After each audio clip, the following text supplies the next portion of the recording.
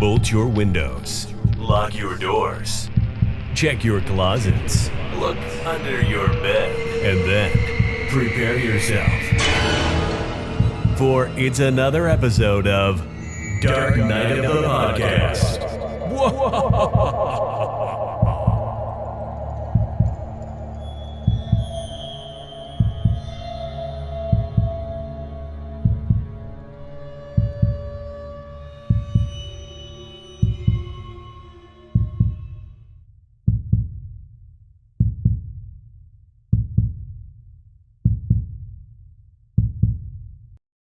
There's some whores in this house, and that's a problem. Because with today's episode being It Follows, we're being pursued by a murderous demonic STD. And us being three homosexuals, I'm sorry, but we're fucks. Like, there is no way in hell that we're avoiding this fucker. My God. Dare I say, we gays are fucked. But thank God we have a surviving final girl amongst us to help keep us safe and fight off the forces of evil. Isn't that true, Troy? We do. I think we need to get right into introducing them because these fucking demonic forces are coming right towards me right this second. I know, with all that, my blossoming sex life, I am screwed, right? But my God, I mean, we've got Way Gonsalves here from Death Drop Gorgeous, and this is a final girl to rank up the top of final girls because you go up against a horde of drag queens. My God, that is horrifying. I can't imagine. There is nothing scarier. There is nothing scarier than a horde of drag queens. You're preaching the choir on that. Welcome to Dark Knight of the Podcast. Thank you for joining us. Thank you for having me. This is exciting. This is like I've been looking forward to this for a couple weeks now. Yeah, it's been a long time coming. We've had a few of the other individuals involved with your wonderful project, and it's been due time to have you on here as well. And now that we got you, we're ready to talk about a movie of your choosing. You picked today's title. And why don't you state the movie that you picked and give us a little reason why before we get into a little bit about who you are and your experiences within the horror genre. So we picked It Follows to review tonight. And it's definitely one of my new favorites. I think that it just had it was a different story, and I think it kind of came out during a period of feeling a little bit let down with horror. That I was kind of sick of seeing the same. I love a good remake and a good reboot or whatever the kids call it these days. But I love to see something original come out, and that It Follows was like a breath of fresh air when it came out. Yeah, I hear you on that. It doesn't feel like any other movie I can really think of. Not at all. And that's saying a lot, considering, just the volume of horror movies that are cranked out on a regular basis. I also want to acknowledge really quick that you pronounce horror the same way I pronounce horror. I cannot say horror. I can't say it, but so I've got to say horror. So I appreciate it. Maybe I heard it wrong, but it sure sounds like you say it the same way I do. I'm pretty sure I do. I think you're going to be adopted into the New England culture, I guess. Horror.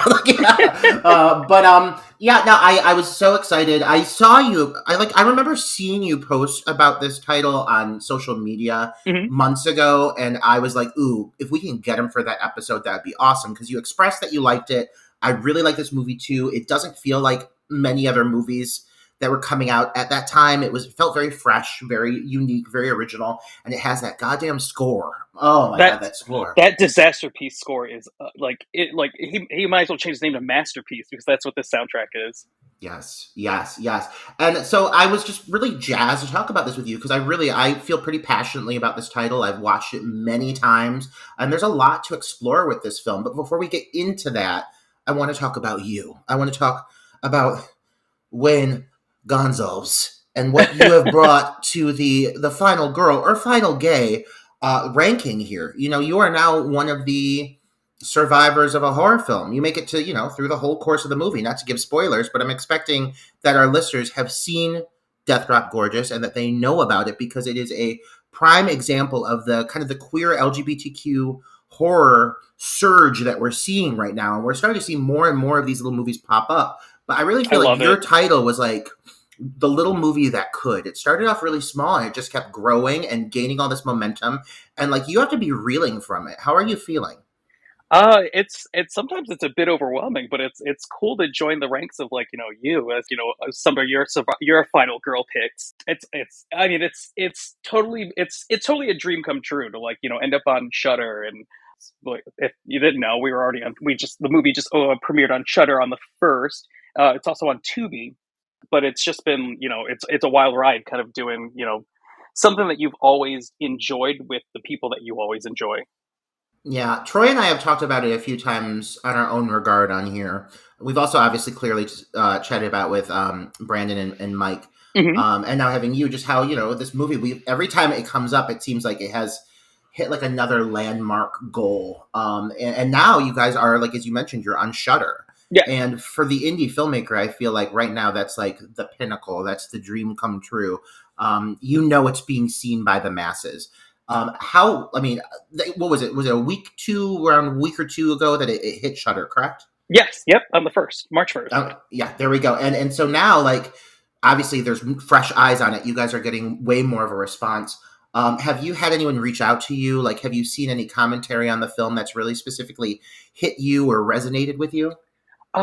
Actually, there was an Australian reviewer that actually like he found the movies like really enjoyable, and that was just kind of like it was a really nice review, but it was so mind blowing to see that it was coming from Australia.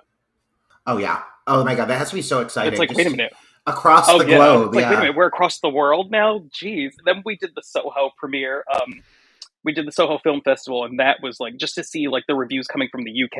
It's like, wait a minute, this little picture that we really didn't expect to get much out of it. We wanted to just get it done and be in festivals, and just it was like a put up or shut up kind of moment for us. And then to see that it's being recognized is just it's overwhelming. And like we have such a cool community that that we're so appreciative of for supporting us, whether it be Providence, the horror, the LGBTQ plus community, the drag queen community. It's just it's so overwhelming the amount of support this film's seeing. Oh my god. Yeah. I mean, as a gay man and a horror fan, it tickles me to see that you guys are getting support outside of the queer community too. Like that I think Yes. is huge. Like as much as you want to be embraced by the LGBTQ plus community, that's so important because there is a huge fan base within the community. To know that you have hit a mainstream platform in which people that may not normally seek this title out now are able to see it and being very receptive to this film. I mean, that has to be a great feeling as well. And I'm so excited for you guys. I mean, seriously, it's so deserved. Thank you, thank you.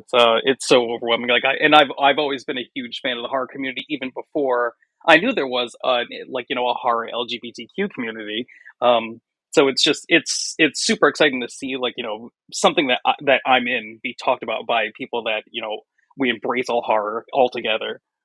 But yeah, no, I think this is a sign of really awesome things to come for LGBTQ plus filmmakers. I think that this just shows that there is a fan base. People are hungry for it and they're receptive to it.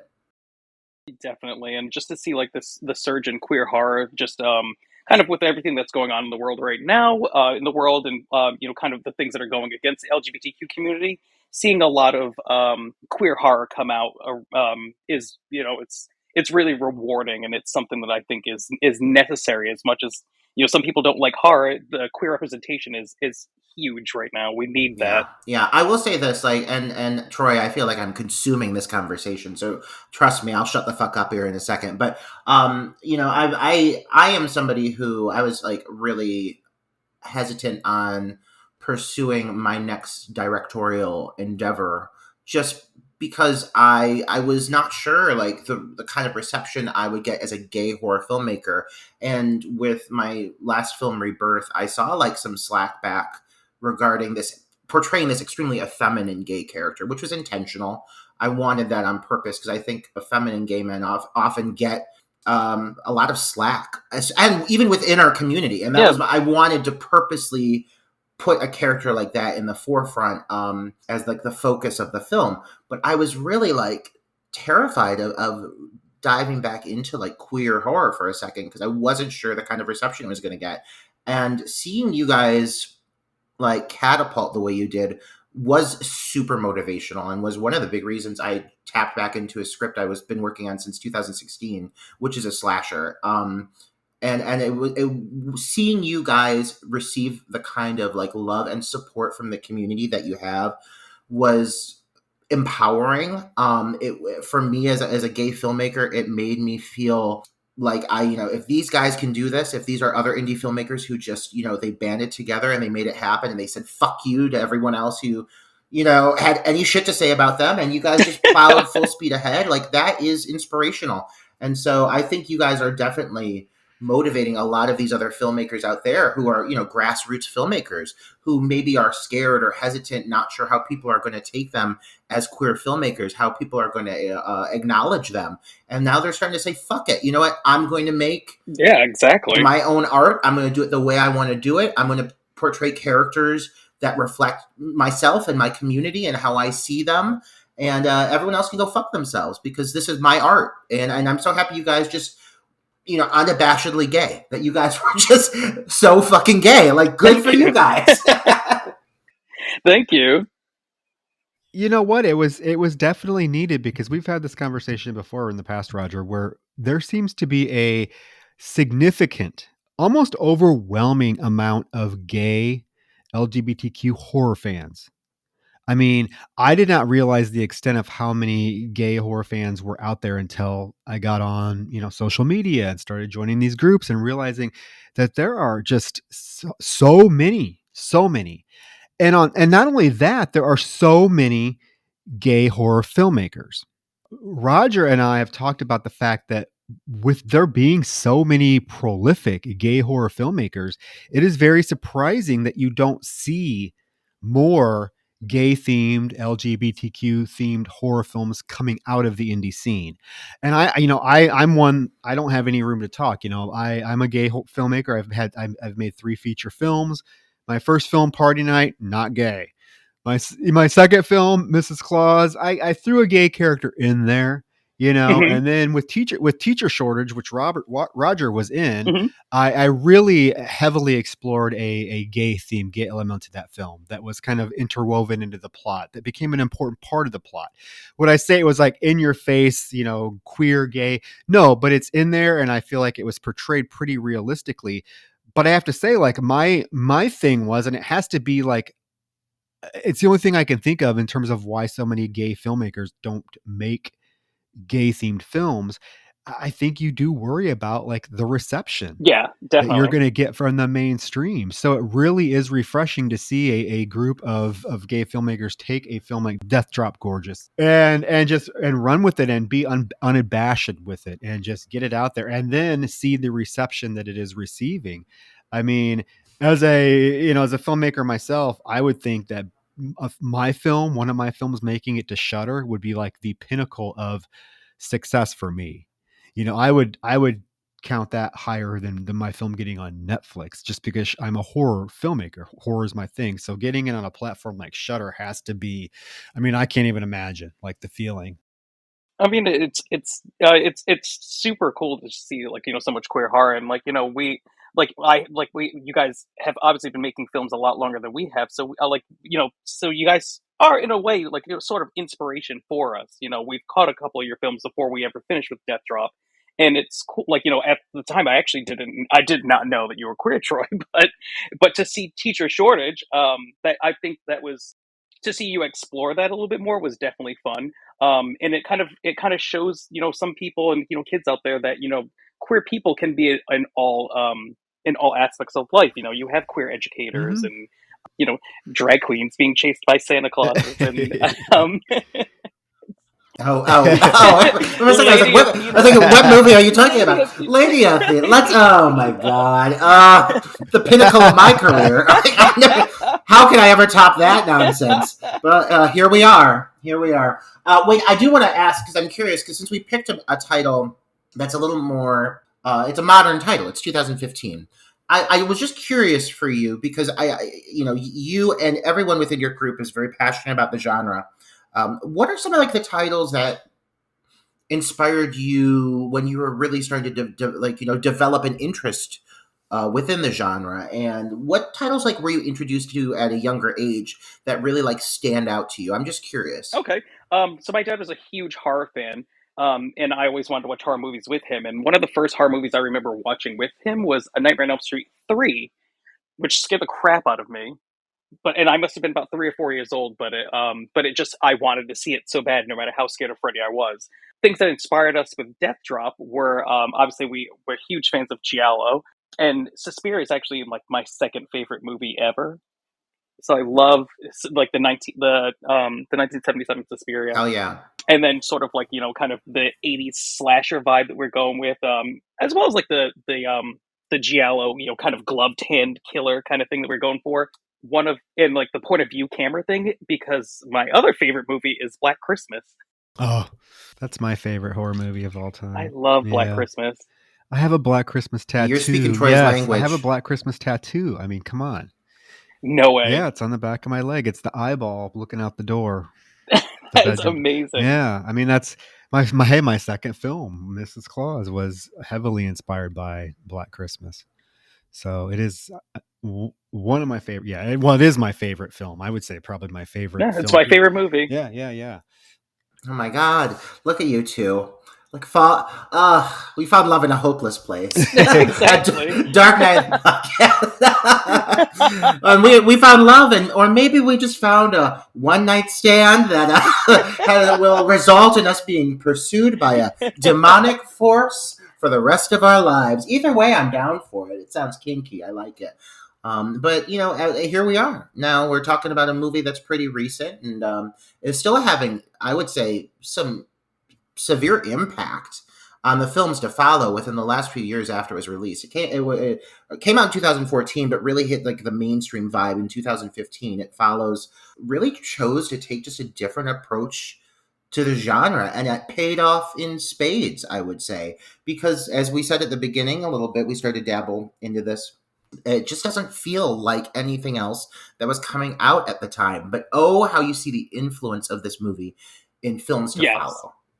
Yeah, and I really think that between the tone of the movie, the fact that they really chose to take like a character-based approach to this film, like this film is about these kids, and the force that follows them feels very secondary. In a lot of these movies, a lot of these slashers, it becomes the killer first and foremost, and then you have like whatever fodder they're killing off.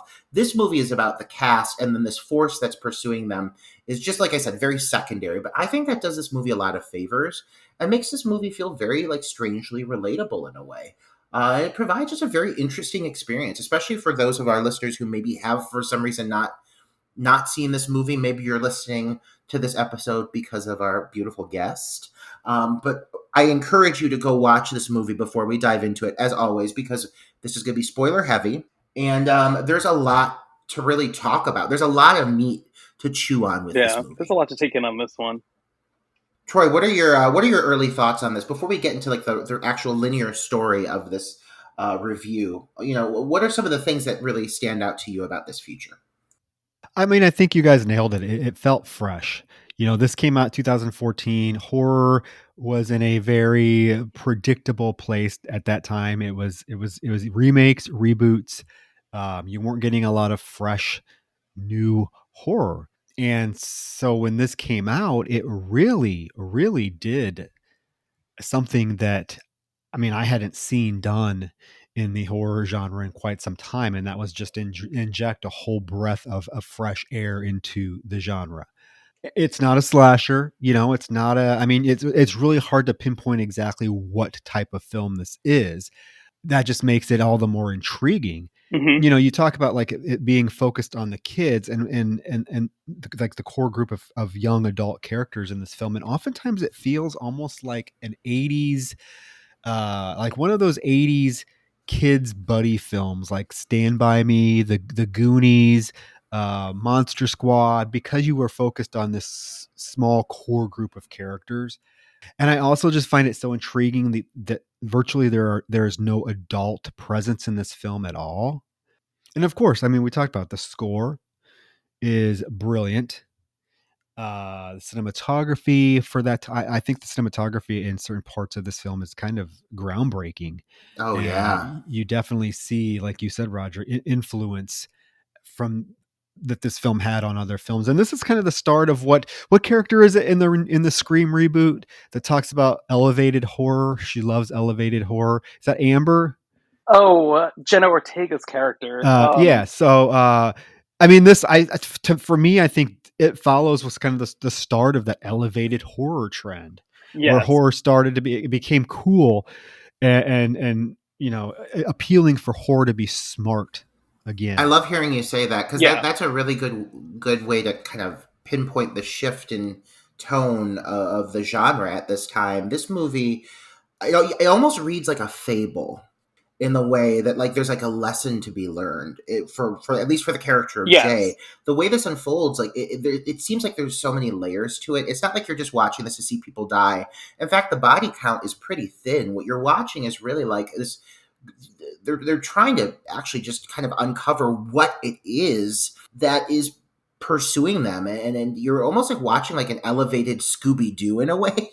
Like Pretty much. but I love that about it. I love it. But what all, and it works in its favor because what really makes the movie scary, especially on the first viewing, I have to say, this is a movie that once you know the shtick of it, it's still very effective. But the first time I saw this movie, my God, it impacted me.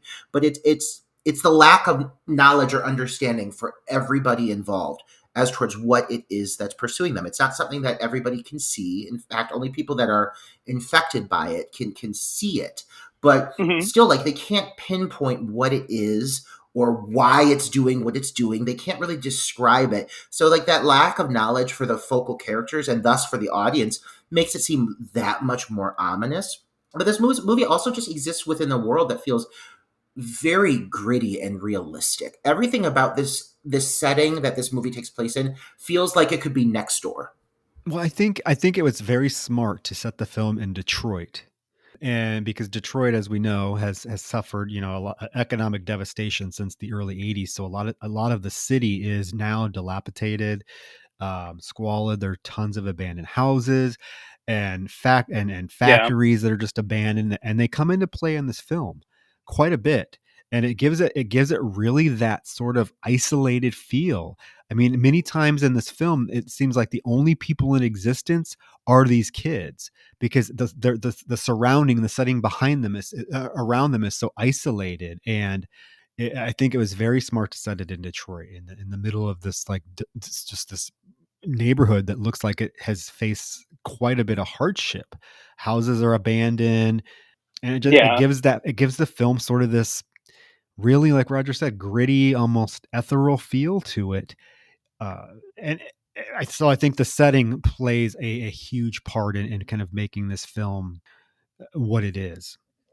I totally agree with you on that. I think the setting, like even down to like the main character's house, it doesn't feel like you're watching. Sometimes you're watching Scream and you're like, how much did that house cost? Like Yeah. you're sitting, you're watching this movie, and it felt like this could happen to you. That you're in your best friend's Yeah. house, or you're maybe the home that you grew up in, and it felt very realistic to me. Another thing that is intriguing about this film is it's really hard to pinpoint like the time, like what year this film is supposed to be taking Yeah. place in. There are so many. I mean, I think that's kind of what's going to make this film really stand the test of time. And 20 years from now, 30 years from now, people are going to be able to look back on this film and it's going to have the same impact because there is nothing in this film that is concretely 2000s. No, not really. It's really interesting. Like there's in some scenes, the kids are using technology like cell phones, but then in other scenes, they're driving in like old late 70 models cars surrounded by Other late 70 model cars. yeah, and their wardrobe at times is very like early 80s. Did you also like not gain a season from it? Like sometimes it looked fall and someone's dressed as fall, and then the character next to them is dressed as Yeah. summer. Like what was going Like on? she's in the pool. Like the Yeah, very we're getting into the film, but she's in the pool at the very beginning of the film, and then the very next scene they're like walking in this winter attire. yeah, exactly. It's just very it's just jarring, but it works. Like I said, this film creates such a unique atmosphere and feeling to it that and I know this film is super divisive. You know, I need to pretty much leave all of these horror groups that I belong to on Facebook because it's this film. Now it's like this film, Hereditary, Midsummer. So people are constantly posting that it's the worst film they've ever seen. And you know what? You might not necessarily like, you know, maybe the story of it that this film tells, it follows. You might not like the, you know, the approach, whatever. But I'm telling you, this is, I don't care what anybody says. This is some masterful filmmaking. And if you can't recognize that, I'm sorry.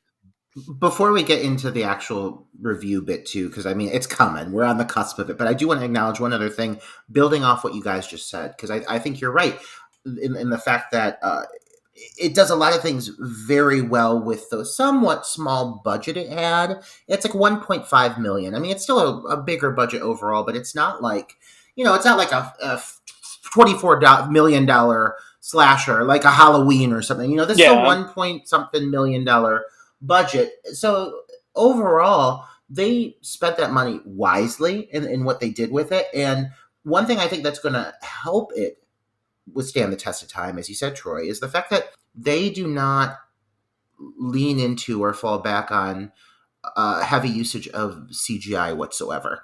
There are a few moments where it's used in reasonable situations. Like towards the end of the movie, there's a few little occasions of it, but overall, this movie is pretty much void of digital enhancement. And I think that really does this film a lot of favors. You don't see like, you know, ghost apparitions fading in and out, or you know, strange creatures that these kids have to go up against that are made completely out of CGI. No, this is all very much like whenever you see the ominous figure manifest, it's in a very like a standard everyday human form, and that really plays into my fears even more, because you could see these people like out on the street. You very much could see all of these forms that it takes seem very reasonable and rational in the sense of people you could see in a crowd, you know? And I think that does this movie a lot of favors. It didn't depend on any lavish frills or fanciful effects. It's very just rooted in reality. So shall we get into it? Because we are at the half-hour mark already. Oh my God, Jesus Christ. Chatting, just three cackling hens. Listen to us getting into it. But yes, let's go, girls. All right. It follows. Follow us, listeners. And real quick, before you follow us into the dark, don't forget to go and leave us a little love on our Apple Podcast. We're saying it now because we know you're not going to stick around after we're done with this review to hear us babble about it. So you have to be subjected to us pitching it. Go leave us a review. Leave us 5 stars. We'll keep having beautiful guests like Wayne. Yeah, see? How can you resist that? Hi. How, I ask you? And of course, our Patreon, where we just posted a fun episode about what? House of the Dead, right? Yeah, House of the Dead. Wayne, you said you actually that's your guilty pleasure, is it not? It's one of those movies that like it's so bad it's so unwatchable that it's watchable. Wayne, I gotta say that one of our fans, and listen, I love all of our fans very much, and I'll never say anybody's opinion is wrong. But we had somebody recently defend this movie and say it's actually like masterclass filmmaking, and I was like, I don't know who the fuck you are or what movie you watched, but like Jesus Christ, this movie is a dumpster fire, and like that's a fact. But whatever, you know, to each their own, and I'll never shame anybody for loving House of the Dead, though I may give you a side eye. Yeah, exactly. But with that being said, it's on to It Follows. This movie opens on a very vague note, and I think that it does it a great favor, because you're kind of launched right into the middle of this tizzy with this young woman who comes bounding out of her house. And one thing I really appreciate about this opening is it immediately introduces you to a cinematic style that they use consistently throughout the film, which is like kind of this rotating pan that they do. And right off the bat, it's one of the first things you see is this kind of sweeping rotating pan moving kind of throughout this neighborhood. It looks great. It's very suspenseful because you kind of take in the whole neighborhood, but you're kind of like, what am I looking for? What am I watching for? Something's about to happen. This is a horror movie. I know I'm supposed to be looking for something, but I don't know what it is. And that actually makes sense within this movie because you really don't know what the fuck it is you're looking for. No, and she comes running out in a sensible, what is it? Short shorts and a No, not at top and all. She's I don't know, like a silky negligee and high heels. with high heels. Is she in like a camisole? Yeah, like she goes to the high school in Euphoria.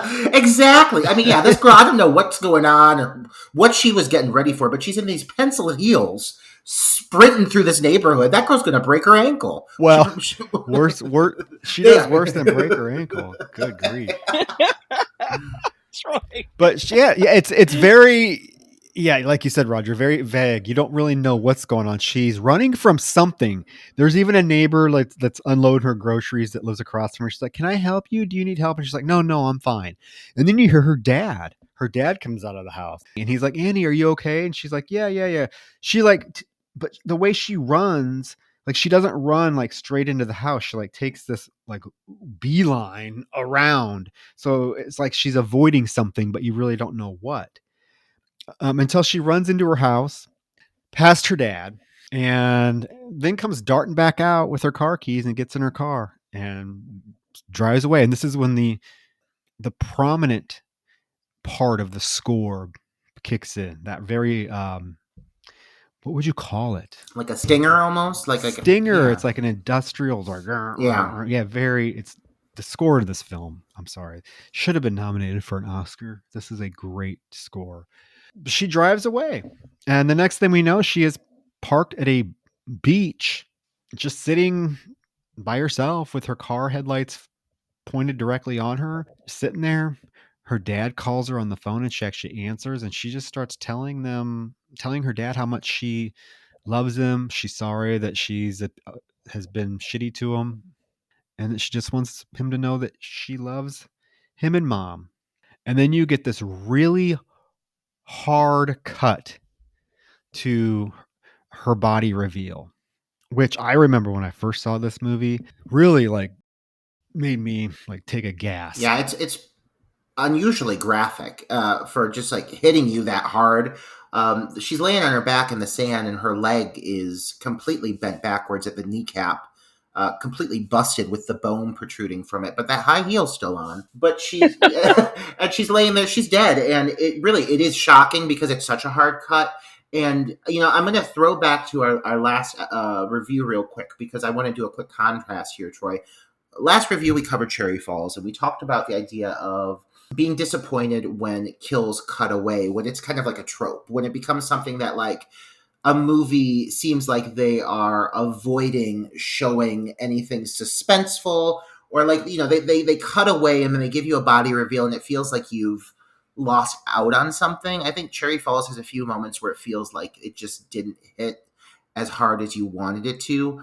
For some reason, this moment does the opposite. The decision that they made to not show the kill, but to suddenly give you this really hard cut to this very graphic reveal, it affects you. Like, you feel it. It's shocking. It works greatly in this moment's favor, and in the sense of like developing the lore of what this entity is as you learn more about it.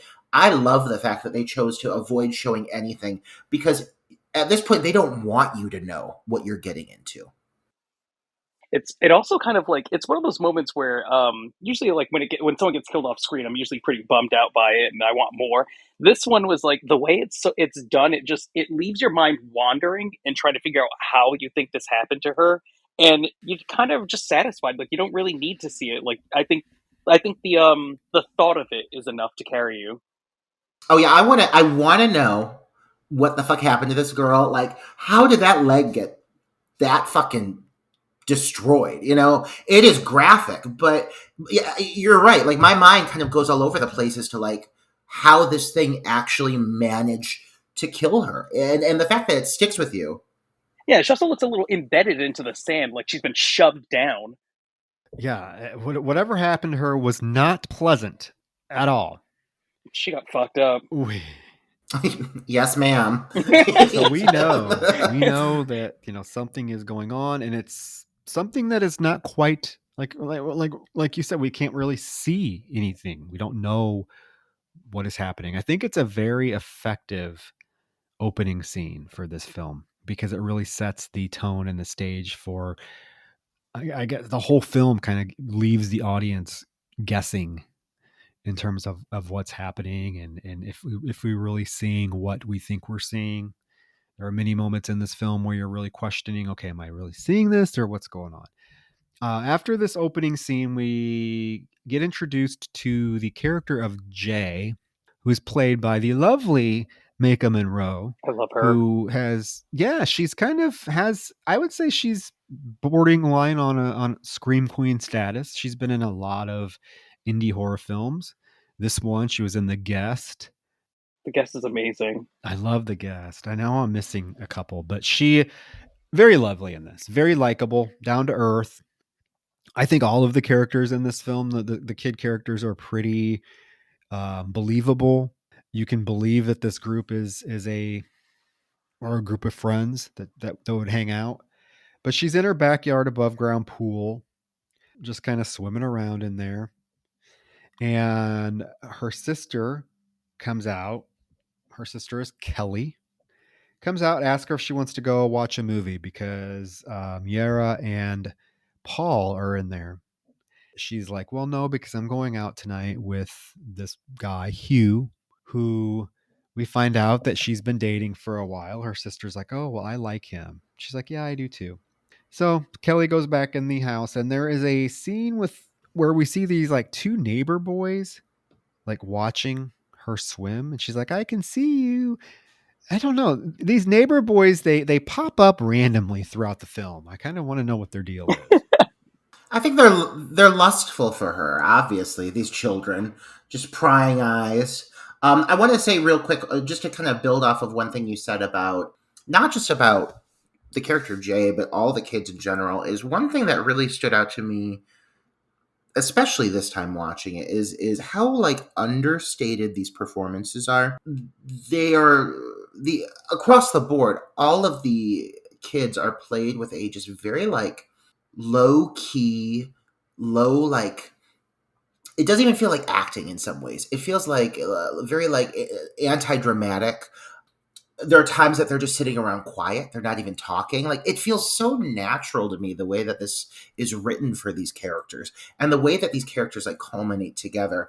And especially as things start to happen to the character of Jay, how this circle of friends comes together to kind of just support her without question is written in such a very like believable way. It's so well handled. And I very much enjoy the chemistry between this cast because it doesn't seem forced. It doesn't seem exaggerated. It seems so very natural. And that does make for this whole for the whole film because it really does almost in some ways, like you said, Troy, feel like a piece of an 80s nostalgia, the way that this is kind of like a buddy movie in some ways.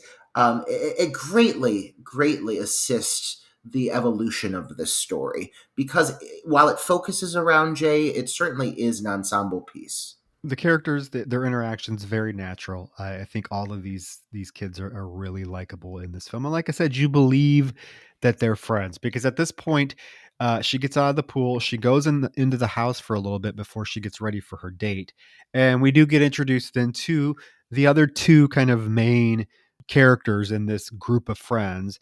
You get Paul, who is kind of your quintessential kind of nerdy looking dude. Kind of looks like a grasshopper, not the. Oh my god! Well, I mean, what? I don't know. I mean, he come up just with has that? that look to him. It looks very grasshopper. That's so specific, Troy. That's so specific. Really? It looks like a grasshopper. I was gonna say. Oh my like, god! I mean, What is this bitch saying about me behind my back? You never know. He has that kind of insect look to him. Troy, you're just digging it deeper. now I have to look him back up. Off to a strong start, guys. Oh my god. Okay, well, that's Paul. And then Yara, who throughout the film has this weird contraption that is like, it's what the fuck is it? That clamshell looking thing? Yes, it looks like it's Like Ariel's bra. it's like a compact, a seashell compact, but you open it up and it's like a Kindle. Yeah, I mean, it was definitely bizarre, and I think it was also one of the pieces of technology that confused the timeline for me.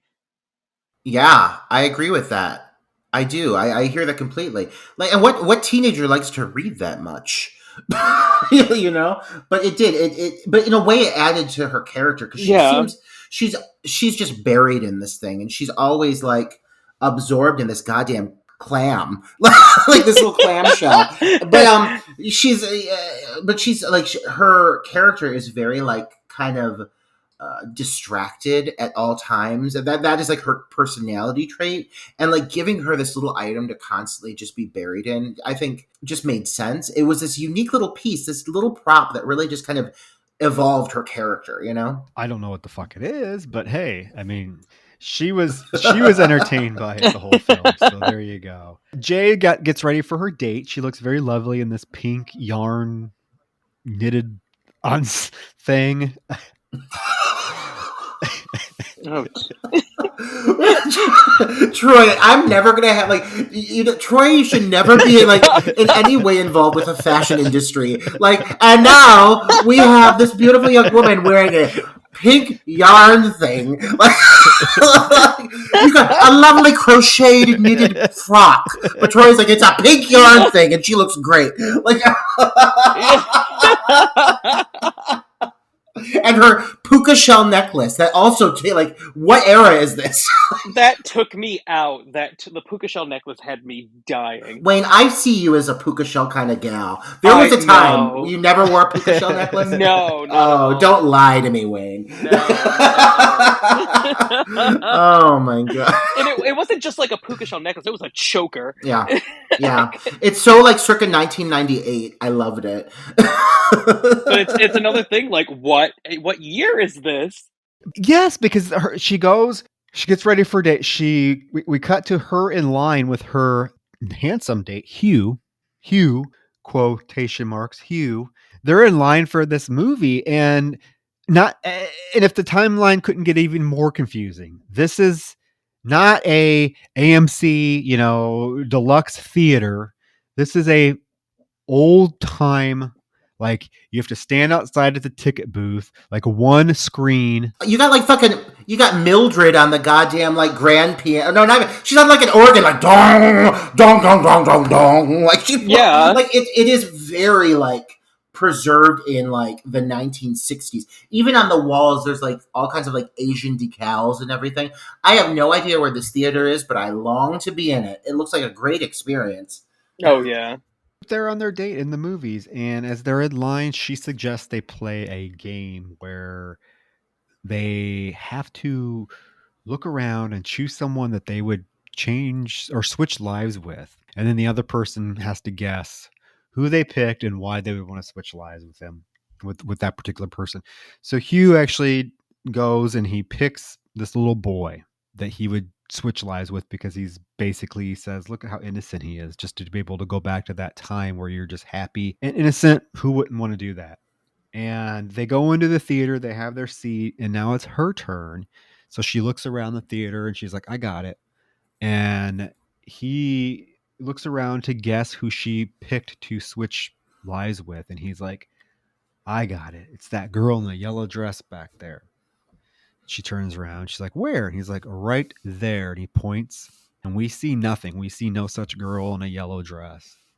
And she's like, I don't see anything. Are you teasing me?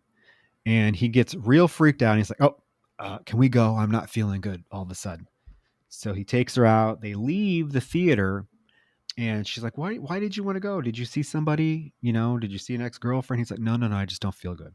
And then we get this like quiet moment with no sound where they go to a restaurant and they're sitting in front of a window having their dinner.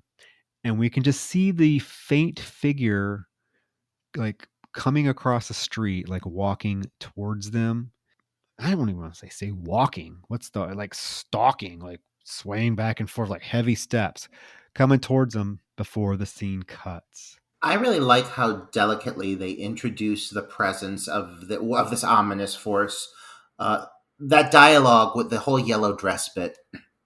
If you don't know what you're looking for in this, if you don't know what's going on in the background, that you're kind of just going to blow that moment off a little bit. It's so subtle, it's so simple. It's a sign of things to come, clearly. But I really like how they introduce this element of the movie.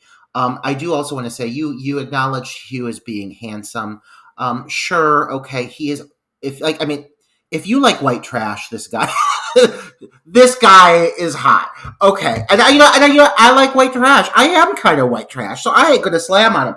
But like you look at this guy, and even if there was not a demonic aspect to this film or whatever this thing is, I would still think he had an STD. This man reeks of STD. Like he looks so seedy and gross. I wouldn't trust him. I wouldn't touch him with a 10-foot pole. But this girl's very smitten with him. Oh yeah. I don't know. I'd give him my number. Yeah, I don't. What's wrong with you? He looks a little dangerous, and I'm looking for a little adventure. He looks a little weathered in my book. I mean, I guess it makes sense. Yeah. He is being stalked by an evil force, so he should look weathered. But yeah, he's cute. He just like that. He's got that one gold earring, and I don't know. We all know this guy, and we've all probably slept with him too. Let's be real. Oh yeah, and I think there's like a line where someone says that he's like 21, and I was like, that's a hard 21. Yeah, this man is. But actually, rode hard and put away wet. Don't get me wrong, he's handsome, but 21, no. Well, but no, but he's actually not even 21. He's younger. You find out here later in the film that he's actually a high school student, right? Yeah. Oh my God, she's going to jail. Yeah. Oh, I mean, yeah, but he is cute. He just he hasn't slept for about 3 months, I'm guessing, because he looks exhausted at all times. Well, I would too. Apparently, he's sleeping with hookers and being chased. Oh yeah. This moment transitions to one of the walking sequences that are very reminiscent of what we've seen in like the Halloween movies. But I like that they took that kind of style of filmmaking where it's the camera's in front of the actresses and it's moving and they're walking towards the camera. It feels like they kind of brought that style into the new millennium. There's something about it that still feels very fresh, even though it does look straight out of like a Halloween film, I like it because it's a it's a very there's a lot of sweeping shots of the neighborhood as the two girls are walking, and now she's wearing this like winter layered ensemble. Jay is a nice like long trench coat jacket and this like beautiful scarf, and she's all bundled up, whereas her sister is wearing like this mini skirt with some cowboy boots. Yeah, she had like shorts or something weird. Yeah, so it's what? really hard to gauge like when is this happening? Like she was just in the pool yesterday swimming. Now she's bundled up like it's goddamn the North Pole. But her sister standing next to her in shorts and freaking a tube top. I don't know. It's so weird. It's really hard to gauge what's going. The ambiguity of it. I mean, because everything is like polar opposites in this film. Or it also has like the entire movie for me has a very dream-like feel to it. So maybe that's one of those like things that they were kind of adding to it, just making it, so dream-like. Things just don't generally make sense sometimes. Yeah, I get that. Surreal. They're just talking about the fact that Hugh was acting weird the night before. She thinks he does want to sleep with her, but last night he was just acting very weird. But they're going on another date that same evening. And boy, do they go on this date. His idea of fun is to take her apparently to this abandoned factory. Mm-hmm. And rail her in his car. But that's how you gotta. He literally parks beside an abandoned building and bangs this girl in his back seat. Like, I can't imagine a more romantic way to spend my evening. We've all been there. Girl, who you telling? Yeah, seriously. Like, one of the things that Gustavo said when this happened, he's like, if this was gay people in this movie, this demon wouldn't know what the fuck to do with himself. This demon would be chasing people left and right because he wouldn't be able to keep up. This demon would be like, I give up. You gays are too much. But yeah, this poor angelic cherub, she finally rides this guy. Is she really as angelic as though she tries to portray? Because she has slept with like everybody under the sun in this film. But because did she have a choice, Troy? No, even before this scene, there's a scene later on where she's talking about how she slept with this. She's a whore. I don't care. She's trying to pretend that she's not, but she says she slept with Paul. She slept with fucking that neighbor, that grungy neighborhood. You want to talk about grungy looking? Oh yeah, the Gregory or whatever. Greg, yeah. I don't trust a Greg. Never. Oh, Greg, I'd ride like a bike. Girl, yeah, in those gray sweatpants. I'm like, you know what you're doing, motherfucker. Like, he certainly did. Oh my god, we're speaking the same language today. Oh my god. But yeah, so this fucking romantic gentleman who was trying to sweep her off her feet takes her, rails her, and then as she's sitting there in the car admiring flowers, he proceeds to fucking drug the girl. Like, oh my god, how quickly I like this scene. Actually, this scene is pretty tense. She's sprawled out in the backseat of his car, hanging over the car. She's playing with flowers on the ground, and she's talking to him about when she was a little girl. She used to have dreams about like the guy she would end up with and how romantic it was going to be. Mm. In the meantime, you can hear him in the trunk, like getting something. And there's a moment where it even sounds like it's like metal janging together. So you were like, because we really don't know what this film is about yet. This, upon the first viewing, if you've seen it, obviously, but first viewing, you don't know what this film's about. You just know that this poor girl got killed in the opening scene, and now this girl.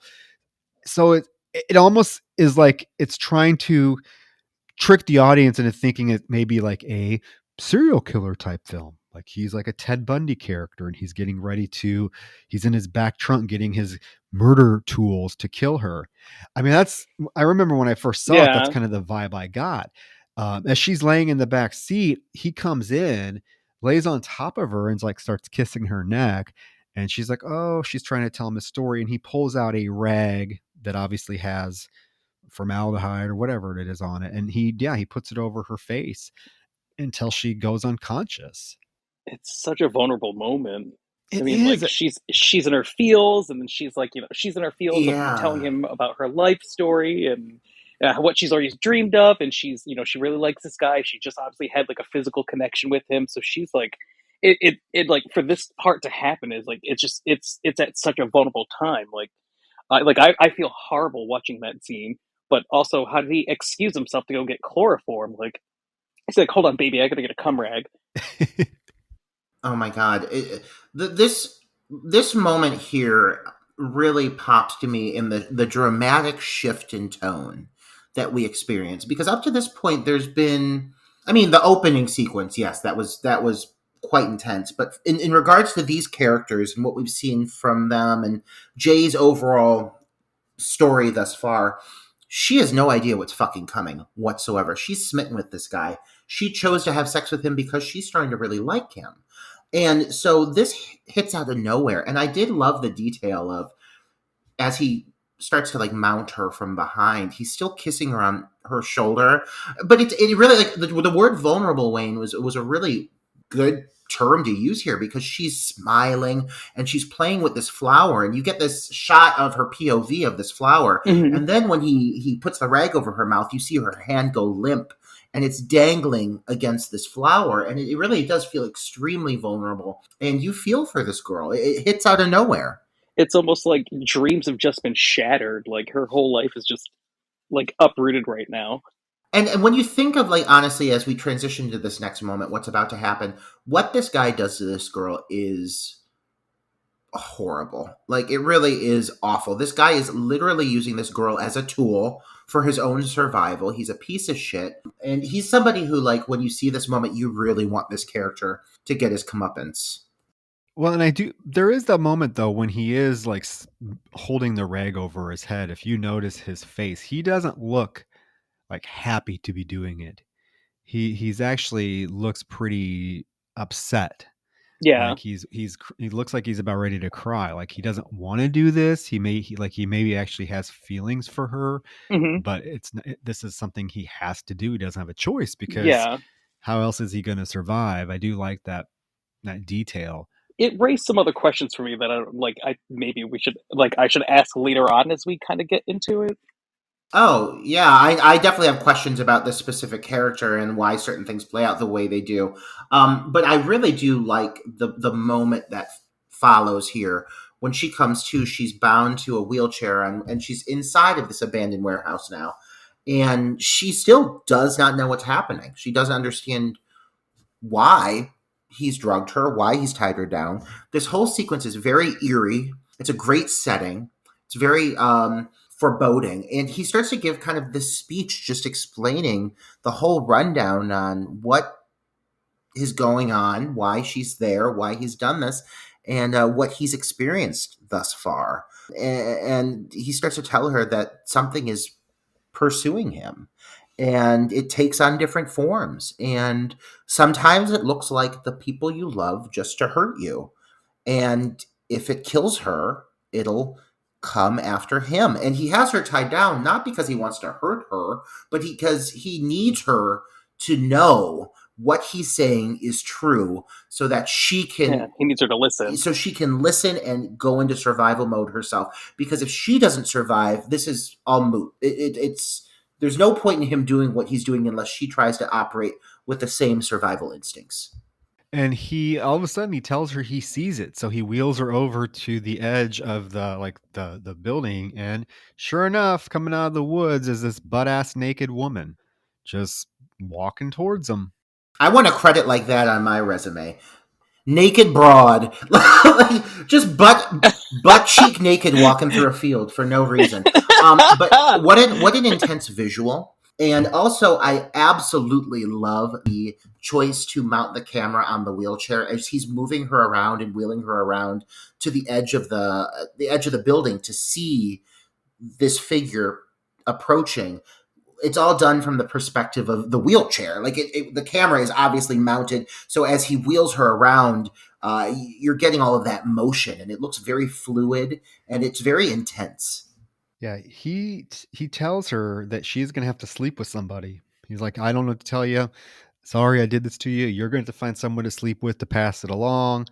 The naked woman has now made it up to the fucking factory floor where they're on, and like literally coming towards them. And he takes her, pushes her in the wheelchair back to the car, and they take off. Takes off with her. So this dude, yeah, formed this relationship with this girl just so he could sleep with her. To me, it seems like he probably could have found somebody to sleep with without going through the hassle of having to like actually like them. Date them? Yeah. I mean, here later in the film, Paul has the right idea. Yeah. This dude, I don't know why he spent so much time actually like dating this girl, taking her out, getting to like her. When he probably could have found a girl to fuck with in a matter of like 10 minutes. Well, I mean, like his face from when he chloroformed her definitely says that he he either felt bad about it or had feelings for her. But then now that we've gotten to this point, it does raise that question that I had: was that has he done this before? He seemed pretty prepared. Yeah. Well, and like, yeah, how long has he been in survival mode? Yeah. Well, maybe he did it to the girl at the beginning of the film and she got killed, right? So now the demon is after her again, so now he had to move on to find another girl to do it. So that's maybe where the story picks up with Jay. Otherwise, yeah, because otherwise I don't want to think that the opening scene is just random. Yeah, or maybe this, this he's now in a desperate mode. Like maybe he's done this to a few girls, and now it's come to the point where it's like his only resort is a girl that actually likes him, and that maybe he has feelings for. I was also curious. There's a point later on, and I could be wrong in this, but there's a point where a photo of him is discovered with him beside a girl, and it's pretty quick. It's hard to tell, but I was like curious: is that the same girl from the opening? I know we see her again later in the film in a different form, but I'm curious if there is in some way if we ever see something that basically suggests that she had a relationship with him, and in some way, yes, either she passed on to him or he passed on to her, and it was not successful. You know what I mean? Like I'm curious at what the relationship is between the two of them, Yeah. but I like how vague it is because you're almost seeing this from Jay's perspective, so she would not know. You know. I don't think I ever noticed that you saw her again. There's a point when they're leaving the beach later, and the form takes on several different forms, and the Hmm. last form it takes on as she's driving away is the girl from the opening. Oh, wow, good. I never even caught that, and I love this movie. It's subtle. It's super subtle. A lot of these forms, as you start to see this entity throughout the course of the film, are different individuals who you've seen in some context. Like at one point, when you see the older woman, well, you just saw a portrait of a young Jay with her grandparents. The older woman appears to be her grandmother. So, and as he said, coming full circle with this moment here, it often takes the form of someone you know to hurt you. So, and as we know later on, it does eventually take the form of her father. So this thing knows what it's doing, and it oftentimes, I think, is tapping into the individual's psyche, trying to play off their fears. Kelly, Paul, and Yara are playing cards on the porch. They're playing Old Maid, which again, that's a very like 70s like card game to play, like especially for teenagers, right? But they're playing Old Maid when Hugh's car pulls up, and in front of the house, he literally, you see him go to the back, open the door, put something down, and he's like, "Remember, find someone to pass it on to," and gets out and drives away. And you see that Jay's just in the middle of the street, like, you know, freaking out. And so they run and get her, and she is just in her, now it looks like she's wearing just like her panties and bra, like she's not even in her clothes. They call the ambulance. Ambulance comes and gets her. There's this huge, neighborhood. All the ambulances are in the neighborhood. So across the street, Greg and his mother are watching on, wondering what's happened. She's in the hospital. There's a scene where she is able to tell the police like where this happened, but she finds out that Hugh was not this guy's real name. Like he made up his name, he made up pretty much everything. So there's no trace of him. You get a few little moments here where they choose to keep it just silent, dialogue free, and I really like that. The moment of her just laying in the hospital, there's no dialogue, but you see that this is being treated as a rape. I mean, based off this guy just dumps her out. She can't even stay on her feet. She's still, probably recovering from the chloroform. She's in nothing but her panties. Like it looks really bad on him. And the cops ask, was this consensual? And she says, well, yes. But after that, I don't know why it took the turn it did. And I don't know the woman who was, approaching. I don't know anything about her or who she is or what part she played into this. So she acknowledges that she saw this woman to the police. But yeah, then you get these really kind of creepy silent moments of like the cops outside of the warehouse finding her purse. Like they're treating it like a crime scene. And Jay is very affected by it, and understandably so. There's a scene where her mother is talking to the neighbor, but again, we don't see her mother. It never shows the mother character in this film. You hear her briefly, but she's never shown. Upstairs, she is getting ready for school. She is, I don't know.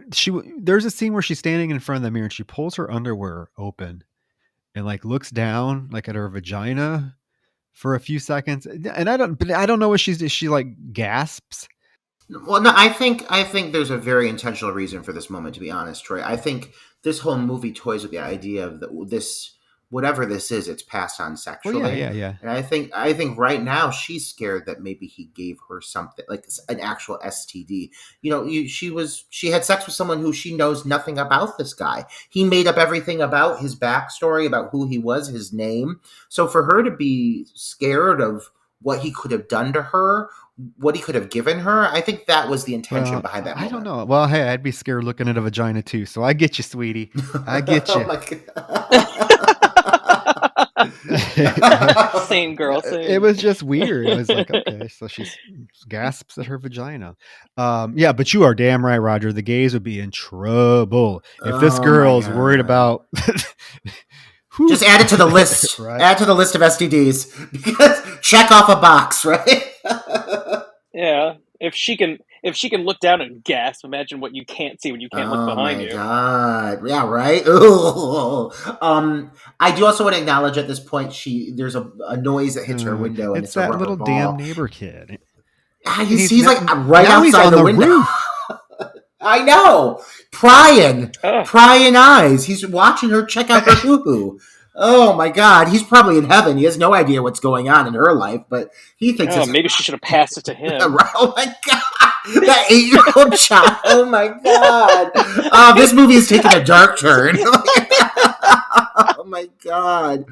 Um I do like that at this point in the story, they the pacing is pretty. They kind of take their time with things. They let moments linger. They give you a lot of like private moments with the characters. But once they introduce the fact that this has happened to Jay, and Jay is now, I guess we could say, cursed with this. I don't know, whatever we want to call it. It now comes about pretty fucking fast. like once we realize that she's in danger, it's there and it's there to stay. And for the rest of the movie, she's running for her life. And this first sequence, introducing the idea that she is being pursued, is very well handled. When she's in class, right, and she looks out the window, and there's this elderly woman, very grandmotherly looking, but wearing just a white hospital gown, black socks, some sandals, just walking towards her, staring right at her, walking across the campus field towards the window. Of course, she gets freaked out. So she grabs her shit, runs out of the classroom. Down the hallway, there are two girls that are having a conversation in the hallway.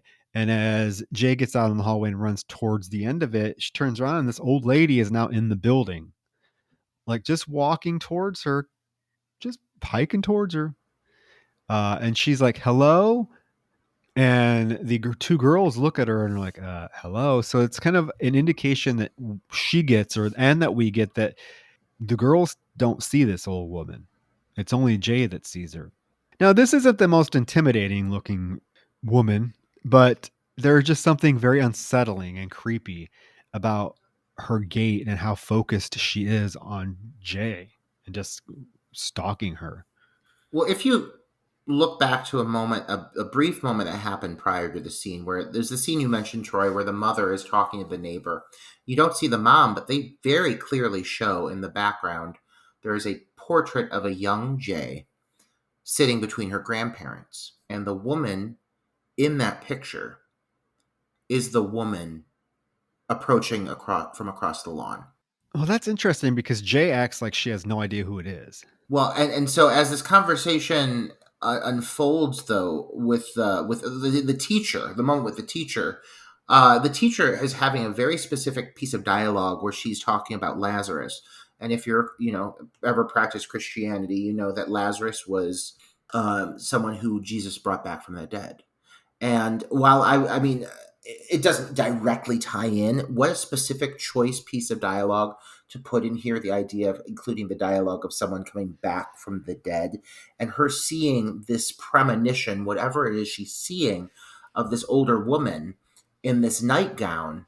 When you look at the portrait, the image of her when she's younger and when her mother's talking, she's probably like 5 or 6. Yeah, so she wouldn't know. She wouldn't Yeah, remember. so she maybe, yeah, and so I think there's a lot to dissect with this moment. But I swear, like, I went back. That's the same woman. I am pretty damn confident that is the image of her grandmother approaching her. Which just, yeah, makes it even more unsettling. I did not, I will be honest with you, I didn't catch that at all. And then, when she leaves school and goes to the ice cream shop that her sister Kelly and Paul work at, she tells them about the old woman. And she acts like, so I'm saying, she acts like she has no idea who it was. She's like, I don't know who this woman was. She was just coming towards me. It was really creepy.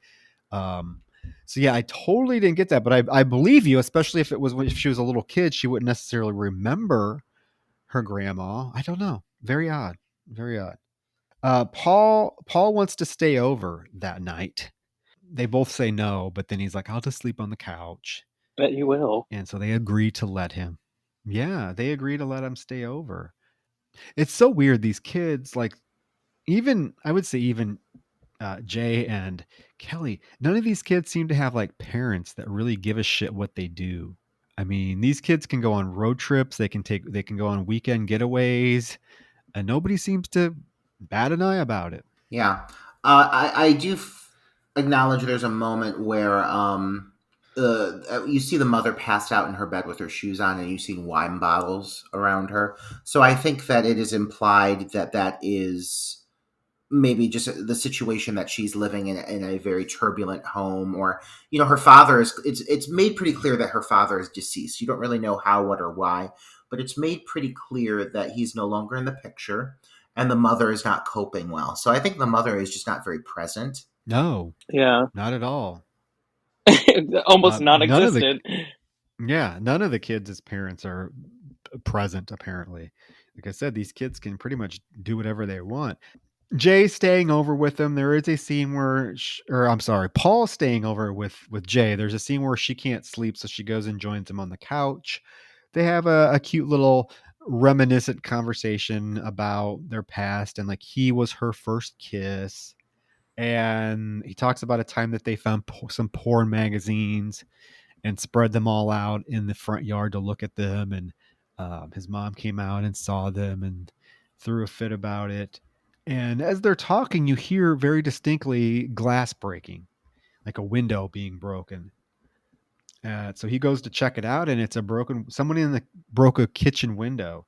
And he's like, I'm going to go check upstairs to see what's going on. You just stay right here. So he goes and leaves her, and she goes into the kitchen, and there all of a sudden is just this shot of this horrifying woman. Like, is she pissing herself? Yes, she is. That's what I thought. Yeah, she's missing teeth. Her breasts. Her one tit is hanging out. Like she has a bra on, but like one of the tits is just hanging out. Imagine walking into your kitchen, regardless of being pursued by a demon. Imagine turning the corner and finding this dame in your kitchen, just breast out, pissing herself. Like, I mean, it is a shocking visual. I find it so intriguing that some of the forms that this thing takes are completely, it seems irrelevant, and others are very much intentional. But this specific one is quite shocking. And once she starts just pissing down her leg, you're like, what the fuck? Like, this thing's getting piss all over the place. And I mean, and Jay takes off running, understandably so, because it is just startling. Oh, it's pissing and it's following her. And the score here, again, I want to acknowledge the score again. Oh, yeah. The score is perfect. Yeah, so she good. goes upstairs and gets in her room, shuts the door. Yara's knocking on the door. She gets up and answers it and opens the door, and Yara's there, and they get ready to come in, and then all of a sudden, I don't even know how to explain this. This fucking giant of a man like comes out of the darkness of the room behind her. I mean, this is pretty damn startling. And when you think of the simplicity of what these reveals are, again, it's not like you're seeing some big digital monster, or they literally just managed to find people who just look extremely unsettling, like that elderly woman, and now this very tall man. And they put them in these scenarios that it's just startling because you just don't expect it. And this is definitely one of the best scares in the film, I would say. Oh yeah, dead Lakers player just scares the crap out of me. He is my god, ridiculously tall and like has to bend over to get in the doorway. Like I think I peed myself. Yeah. Oh yeah. I definitely. If I'm right there with that young woman in the kitchen, I'm leaking down my thigh at this point because this guy is horrifying. Yeah. Yeah. And I love the fact that like this thing never reuses of the forms it takes. It's not like it falls back on the same thing twice. In fact, some scenes it changes form multiple times within a moment, and I think that's really terrifying too, because you just can never predict what you're in store for. Well, she gets the hell out of there like I would. She gets on her bike and she takes off. She goes to the park. It's the middle of the night, keep in mind, but she goes to a park, gets on a swing, and is just swinging there. And it's very unsettling because it's super quiet. She's on the swing. She's very vulnerable. She's by herself. She's surrounded by like just trees and like anything could come out at any moment from any direction. And there is a brief moment where we see something moving in front of her to the point where she even stops on the swing. And as the camera focuses, we realize it's just Yara, Paul, and Kelly coming after her. They rush to her and ask her what's going on, and she's like, I don't know. I need to figure this out. And then we see another figure coming towards them, but this time it's just Greg. Hey, Greg. Greg, who is the neighbor who's always washing his old station wagon. So he comes up and he's like, "What's going on?" And she's like, I need to go. I need to find him." And they're like, "Who?" And she's like, "Hugh." So Greg basically leaves to go get his car. He turns around. They're like, "Wait, are you leaving?" He's like, "Well, yeah, I'm the only one that has a car." So he gets a car. He gets his car. They drive through these old, dilapidated neighborhoods in Detroit, where all these houses are just squalid. They're falling apart. They're either boarded up. They're abandoned. It's just very unsettling, and there's no one around because apparently Hugh did take her to his house one time, and he was embarrassed of it, so he never had her over there. But she knows where it is, so they go to this house. It's in this abandoned neighborhood. It's not a very attractive looking house. It definitely is in need of some repairs. But Paul climbs through the window. They all go inside and explore. We do see all of the windows have these strings with beer cans and pop cans hanging on them. I love that little detail of Yeah, so it's like if anybody was trying to climb into the window, you would hear these things jangle, right? So, and they're everywhere. They're everywhere. Paul goes upstairs and finds a bunch of playpen magazines. And it's surrounded with fucking like jack off tissues. Do you notice that? There's like I did. I was like, that guy might have been living in squalor, but he was still having himself a good fucking time. Oh my god! It must have been after his left hand. I know. Did you see how many were on the floor? God, that poor guy. I mean, you can't. I guess he was scared to have sex with anybody at that point. That was my whole like. That's what I gathered. And I was like, why are they showing this? And then I was like, okay, for a while there, he was really scared to have sex with someone. Until he probably figured out what exactly it was. Yeah, because he has all these, and these fucking women in these magazines are hideous. Did you see them? Oh yeah. I mean, let's be real. Regardless, I mean, like, I don't care how beautiful the woman is. I'd still be like, but I guess for this white trash gentleman, he'll take what he can get. I was more taken back by the magazines than I was the cum rag. I'm like, oh, look, a spank rag. Oh God! You use a rag? Oh, I just use a sock. But then, as they're going through the porn, oh right, fancy, and it's the soft kind of tissues too. But as he's going through the magazine, he finds a photo of this individual of he's been going by Hugh, but eventually we do find out that's not his actual name. And he's in this photo with a girl who's wearing a Letterman jacket. It's hard to tell, just like a lot of these other moments, it's hard to tell if this girl is maybe Annie. For a moment, I squinted. I was like, is that Annie, maybe? Is that like, it's like a wink at the audience? Much like with what I suspected the grandmother. I'm not sure 100%, but I sure thought that was the fucking grandmother. Now, there's a lot of little things like this scattered throughout where you're trying to tie things together, but I have a gut feeling perhaps this is her. Either way, the letter jacket gives away the school that he's from. And so they use that as kind of like the breadcrumb to lead to the next part of their sleuthing. And I like that the plausibility here actually I think is quite smart. They think it out fairly well, and this makes sense to me why they would be able to find the next step of their journey. They go to the school, they go in, asked to look at the yearbooks until they find his picture, and they find out his real name is Jeff. But I do like when they're in the school, we do get this scene of this young girl in a white jacket that we see the second they enter the school. We see from out the door, we see her on the other side of the parking lot start walking towards them. And as they're inside the school, the camera starts to basically go in a rotation. And each time it hits the window, she's closer and closer and closer. It's really effective. And then when they leave, they get in the car after they find out his name, they get in his car to drive away. You see her like still walking towards them. That's one thing that they do over the course of this whole film that is actually very unsettling, and one of the best tricks they use to keep the audience on the edge of their seat is after a certain point, whenever you see somebody approaching in the background, you're always like, is that the fucking is that the it that follows? Like, is that it? Because they use that trick a lot, but it's so effective because you do not know what form this thing is taken, and it's endlessly effective. And this sequence, especially, like I want to agree with you on this, Troy. This scene pops to me.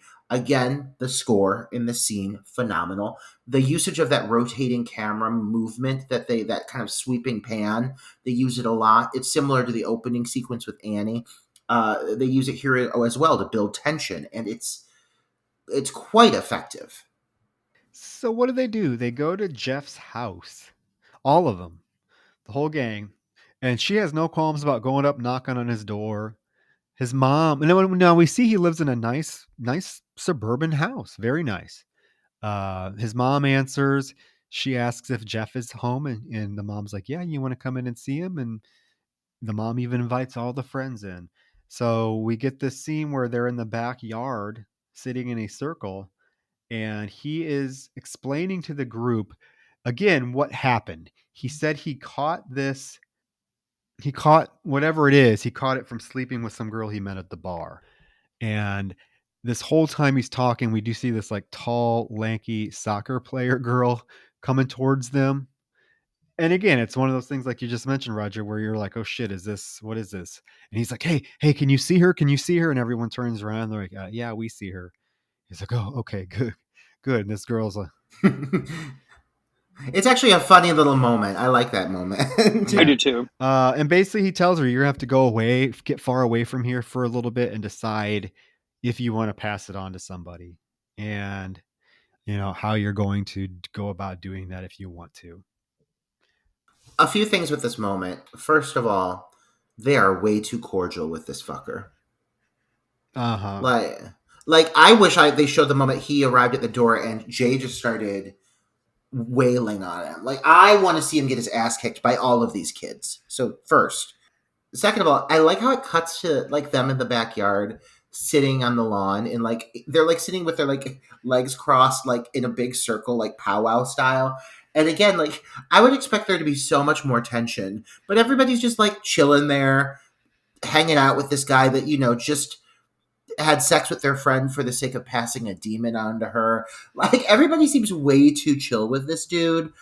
And I also am kind of bummed that this is the last time we see this character and you never have any closure with what happens to him because I really very much wanted to see him, I don't know, get hit by a car or something horrible. Have a house land on him. I feel like this character deserved so much more than he got because he doesn't get anything.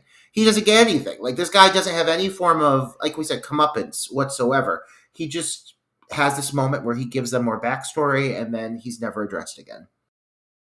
Yeah, it really is interesting that they don't give him any closure because he is such a integral part of the plot. I mean, he's basically the one that sets the entire plot of the film in motion, and then he just disappears, and we have no idea what ever happened to him. Well, as long as Jay's alive, he gets away with everything.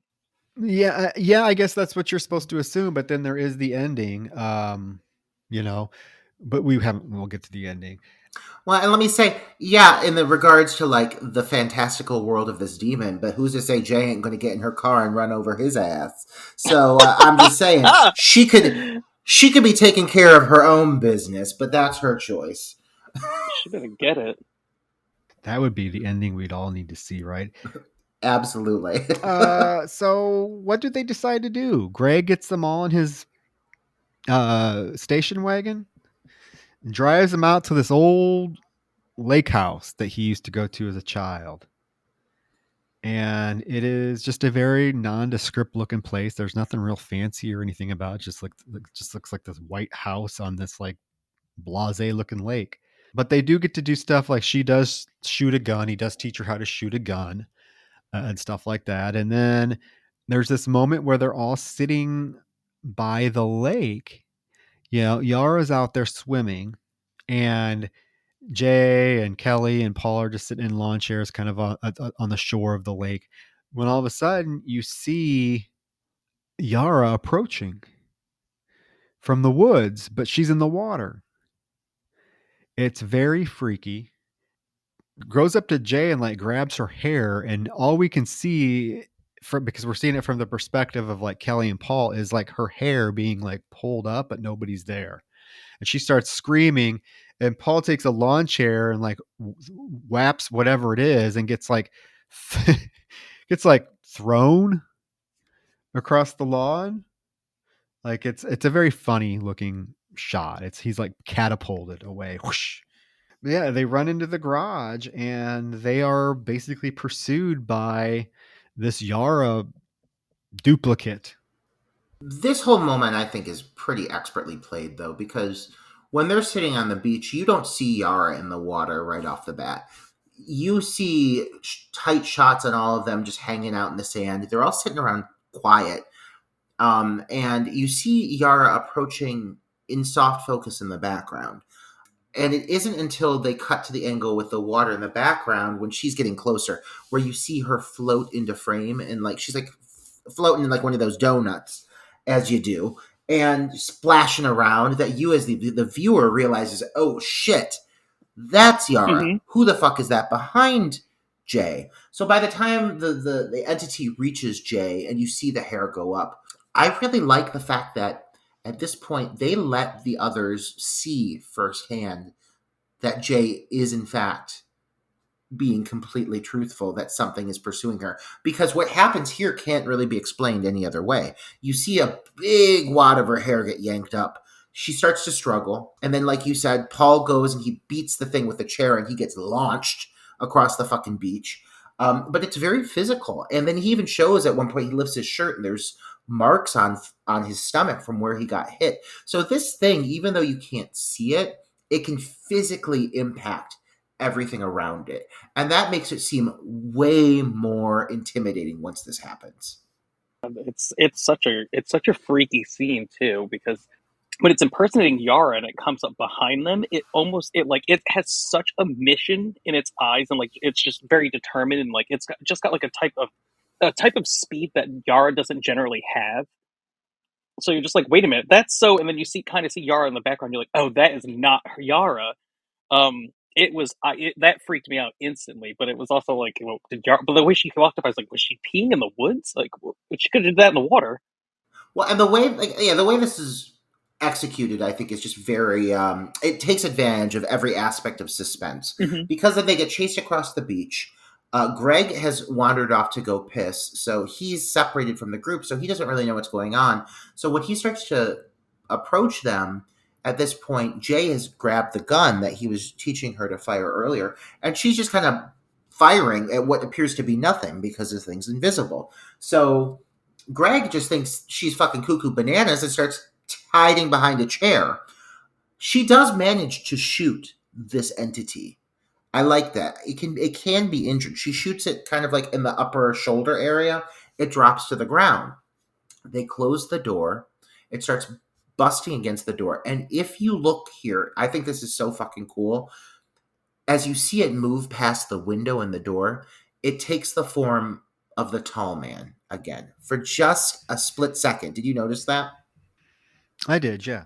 I Yeah. love that. And then it's beaten against the door. Suddenly, the lower part of the door busts in, and they're peeking through the slot of the door. And all of a sudden, that goddamn fucking creepy neighbor child that pries through her window just comes crawling through the window, like like he's like hissing, making noises.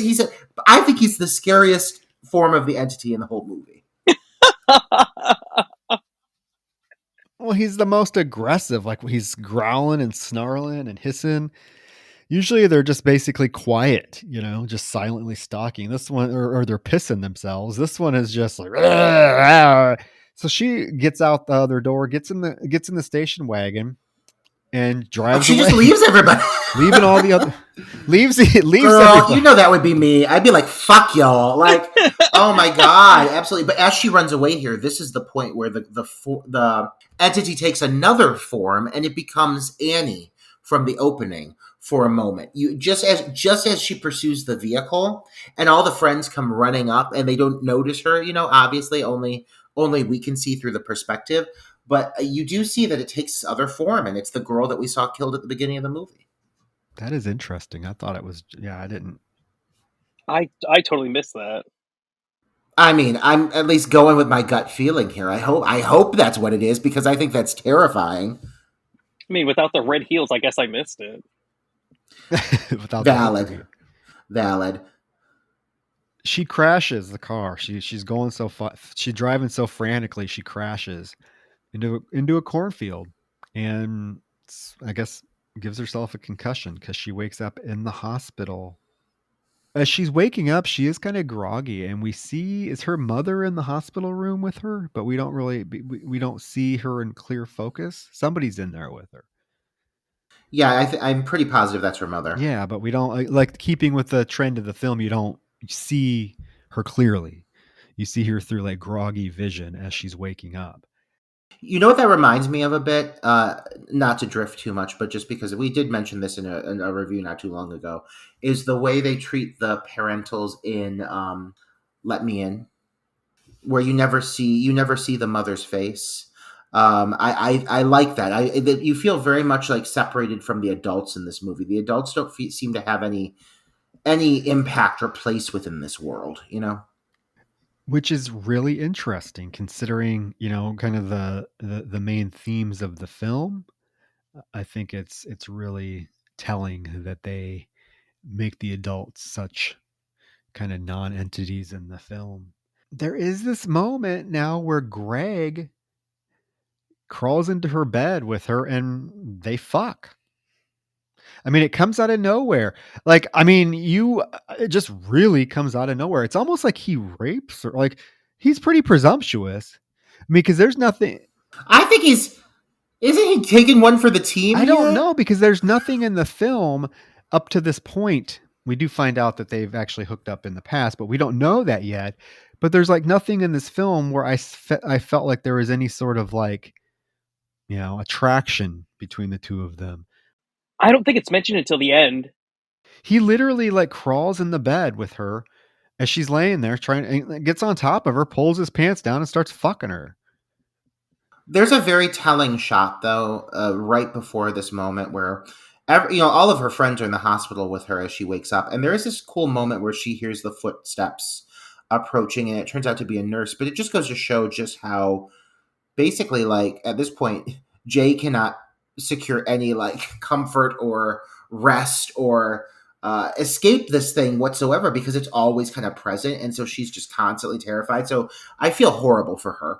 So I feel like in this moment, because you see Jay looking at her and he sees her instantly start panicking, he's the only one who opens his eyes. So I feel that this moment is more along the lines of him knowing that she believes that she's being pursued by this thing. So to give her some like peace and solace, he sleeps with her because they've all been told. I'm sure that's the only reason he's sleeping with her. Well, then he wants to get it in. Yeah. I mean, but he's obviously super skeptical of the whole thing anyways. As we find out, like he doesn't believe any of this happened really, or he doesn't really believe that what she is saying is true. He thinks something is happening, but he's not buying this whole, oh, there's some, you know. So maybe it is the point to Roger where he is like saying, well, maybe if I can get some pussy and make her feel good about it, hey, more power too.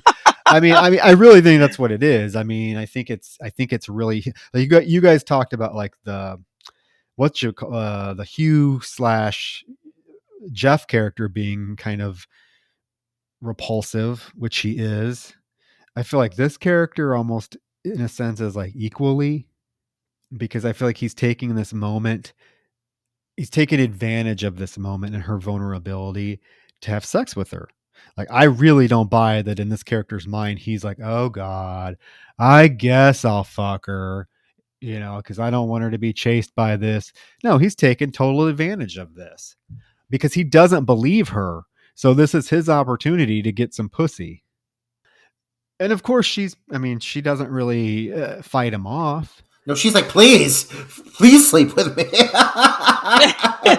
But there's a moment that where some time they fuck.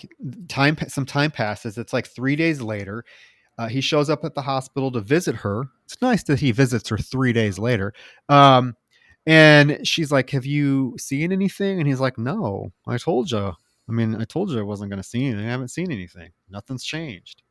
So it's like obvious with his attitude, like he didn't believe her at all about. Well, so I have like a weird little theory about that is that like he tells her he hasn't seen anything and it's been about 3 days and like it hasn't come after either one of them. Does it put the possibility that he maybe slept with a couple of other people and that it reverses back? Oh, I feel like people are dying left and right in this town. Yeah, that like what about the two girls he was like flirting with? Oh, earlier? he looks like he looks like a scuzzball. He's probably like fucking. He probably anything. went out and he probably went out and fucked a couple other girls, and then once they die off, it comes back to him. He's probably sticking his dick through glory holes. Who knows? Yet again, the gays, none of us would even know. We would never know. We would never get the pleasure of seeing a woman with her tit out pissing herself in our kitchen because it would. Can you imagine? No, it's like the porn star that you were just lusting over is like walking toward you, and you're like, "Hey," and it's really like it coming back. Oh my God! Oh, it'd be so easy to get. Like, what's the thing finally got us though? It'd be so easy to kill us. But I don't know. I think that he's just. I think my thing with the character of Greg is I don't really think he's a horrible person. I just think he's like a token teenage boy. I'm assuming they're all like maybe 18, 19 years old max. These don't look like they don't look like they're seasoned elders. They're all just kind of dumb. Oh no, I just think that he might have been a little more promiscuous than we think, and that it's just like it's kind of implied maybe that he has been hooking up with other women, other men, who knows what he's into, and it goes after them, and that's why they had this 3 days of rest. That could be, but I was gonna say, but you contrast his character with the character of Paul, and there is a very distinct difference between the two characters.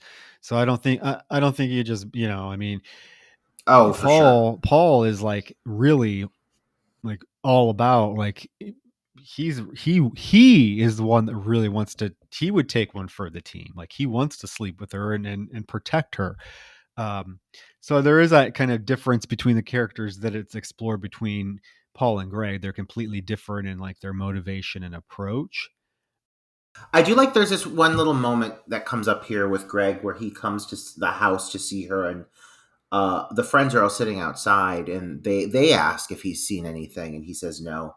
And they all say, well, she's not lying. We saw it. Like, we saw the chair break. Paul acknowledges that he was thrown. Like, all of them are very much on her side. I like the way this moment's written. And he's like, you guys saw something. You don't know what it was, but I doubt it's what she thinks it was. So yeah, he is a skeptic. And so in that regard, he does kind of get what's coming to him. Yeah, because he goes home that night. She's upstairs in her room looking out her window, and her window happens to face his house. And it's very like Nightmare on Elm Street-ish. like between Nancy and Glenn. Like they live across the street. They're always watching. She's watching his house, and all of a sudden, this guy in like this, what is he wearing? White underwear, long underwear. I don't know. I don't know, but it makes that ass pop. You could Like, oh my god, that ass looks so good. Off of. But he walks up to the house. He Yeah. tries to open the front door of Greg's house. It's locked, so he casually just picks up a rock and throws it through the front window and climbs in. That's how you get shit done. Yeah, for real. I mean, but no one bats an eyelash, I guess. Right. I mean, everyone sleeps peacefully through it. But I do like this moment because the form he takes is of Jay, correct? I'm pretty sure that he's actually in the form, or not Jay, of Greg. He's in the form of Greg because when she sees him, she thinks it's Greg at first. And then it's not until he breaks into his own home that she's like, oh shit, that's it. That follows. So she busts out of her house. She books right over there. She climbs through this window. This is all a horrible idea because it's just putting her DNA everywhere. It's making it look like, this girl is going to look like she's killing people. But it does lead to a very cool moment and another exposed breast. What's with the single tit? These demon women do not know how to put a bra on. I'd love a good, give me a single tit any day of the week. They don't know both tits are. No. Yeah, it's almost they like don't they know thought both tits are supposed to go in, not one of them hanging out. It's almost like they thought their audience can't handle it. That would just, if I was a woman, that would be me any day of the week. One of my breasts would just be out. I wouldn't even know it. I'd be out at the grocery store, one breast exposed. It's me right now in a flannel button. Oh, I believe it. Ample. But she goes upstairs and she sees it's Greg's mother pounding on his bedroom door. And she's like, what do you miss? Whatever. She's like, where's Greg? And all of a sudden, Greg answers the door. He's like, mother, enough. And we get a shot of the mother figure, with one of her tits just hanging, flopping out. And we don't really see what we see. All of a sudden, it like leaps on top of Greg. Jay walks slowly to the room to get a look, and we see this figure, which is the form of his mother, like on top of him, like grinding on him, and it's very uncomfortable. I will say that if there's one thing I wish I could have seen more of in this movie, it's not parent on child sex, but it is like the aspect of, I want to see more of what takes place when this thing does finally get its hands on one of its victims, because I've just found this sequence to be quite fascinating. When she walks into the room, it's lit really cool because there's an overturned lamp, so it's like got this like really creepy glow to it, and his mother's mounted on top of him. There's this strange, like, I don't know, it looks like what I imagine vaginal fluid. Like, it's like this, or like, what is the when women birth? What is that? Like placenta. Amniotic? It looks like placenta. It's an amniotic fluid. She's covered in it, but she's like seeping this liquid, and she's like thrusting. She looks like she's basically humping his pelvis, but like in a very violent way. And then it cuts to his face, and he's like completely white. All color has been removed from his face, and it's quite effective. I just wish I could have seen more, not for the sexuality of it, but just to see like the process of what this thing does when it actually kills somebody. I don't know. Is it sucking like in the blood out of it? What is it? I don't know. But it looks pretty gnarly. Of course, she runs off. She takes off. She gets in her car and just drives. Well, yeah, she's next. Right? You get the fuck out of there. She drives to the beach. She stayed and just long parks, enough. Yeah, parks in this random spot, and falls asleep on top of her car. As we all, I would think it would be safer to fall asleep inside your car with the doors locked, but she's like sprawled out on the hood. I do appreciate this next moment here. I mean, this girl really does go into survival mode, and she kind of is just like, fuck it at this point. And I like that about Jay. She wakes up atop her car, finds that she's like by a beach, one of the beautiful balmy beaches of Detroit, and she sees off in the distance like this boat with like these three douchebags on it. And she's still got this fucking cast on, by the way. So it's not like this girl is like an image of like walking sexuality, but she just takes off her clothing, gets down to her skivvies, and she like starts wading in the water. And while you don't see it, it's heavily implied that this girl just swam up to this boat and got gangbanged by these three men. And I'm like, good for you, girl. Like, and across the girl, like across the board. Like, I can't remember the last time I swam up to a stranger's boat and got railed. So like, she's living my dreams. This girl, I mean, good on her. Good on her. I'm like, when's the last time I've ever gotten railed on a boat? Never. We're gonna have to change that. I'm saying like individually. We're all gonna have to go find our own individual boats. All three of us. This is the challenge, listeners.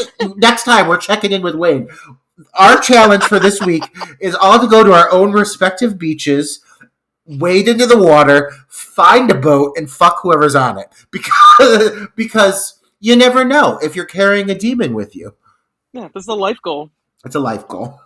That would be disgusting here. It'd have to be wading into the Mississippi. Bitch, I live by the edge of Lake Erie.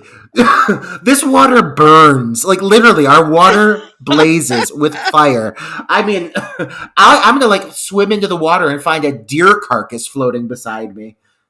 Obviously, if she fucked these guys, they obviously didn't. They were killed off pretty quickly, right? She just killed three men. Let's also be clear. Jay just committed a homicide. Triple homicide. Triple homicide. But did the boat go up in flames immediately after she got off? Immediately after she swims away, the demon swims up and kills all of them. Oh. She goes home. We do get a glimpse of her pool, which is now empty. Very symbolic. Yeah, that pool in general is very symbolic if you think about, the usage of water and everything over the course of the film. Paul goes up to see her. He is a little unhappy that she picked Greg over him. She's like, he's like, I would have done it with you. Why did you pick Greg? And she said, well, because I really thought he'd be okay. We'd actually slept together in the past, and he didn't seem scared. And so he goes in to kiss her, and she pulls away. And he looks up, and he sees a picture of her inside that damn pool. And you can tell he gets an idea because he says, I want to help you. Do you trust me? And she says, yes. So this puts into plan kind of the climax of the movie, which he loads them up in the car. They back out. As they back out of the driveway, she sees this naked man standing on her roof. Okay, this I know for sure. Whereas the grandmother, I'm not completely 100% sold. I actually did read that the man on the roof is the grandfather. Oh, well, he's butt-ass naked for his granddaughter. How sweet. How sensual. But it's also like, I feel like one of the first times that you see it not physically coming after her, which is weird. Yeah, it's just on the roof. It's not following, it's watching. Which is weird, right? It's voyeuristic. It's on lunch. It's on lunch. He drives them to a pool, an indoor pool. And they get to the pool, and there's a little montage of them setting up all of these appliances. They're plugging in all these appliances and setting them up next to the pool. Basically, what ends up happening, I mean, I don't know how to get to this. I mean, she gets into the pool. She's swimming in the pool. All her friends are kind of there by the side. They're not inside the pool. She's the only one in the pool. When all of a sudden she sees a figure, a guy, very burly guy in white, show up. Nobody else can see him because she's like, there he is, and nobody can see him. All of a sudden, this dude starts picking up these appliances and hurling them at her. Like, hurling at her. She gets hit in the head with a fucking toaster oven. She gets hit in the head with an iron. How is this girl still alive? Oh my god, I love the sheer force this I thing know has. and he hits her Um, several times with. Now you this in this moment that because the sister Kelly says, "What do you see?" and Jay doesn't give like a clear answer, but it's her She says she father. doesn't want to tell her. Yeah, it's their father. Is it her? This is Okay. their father.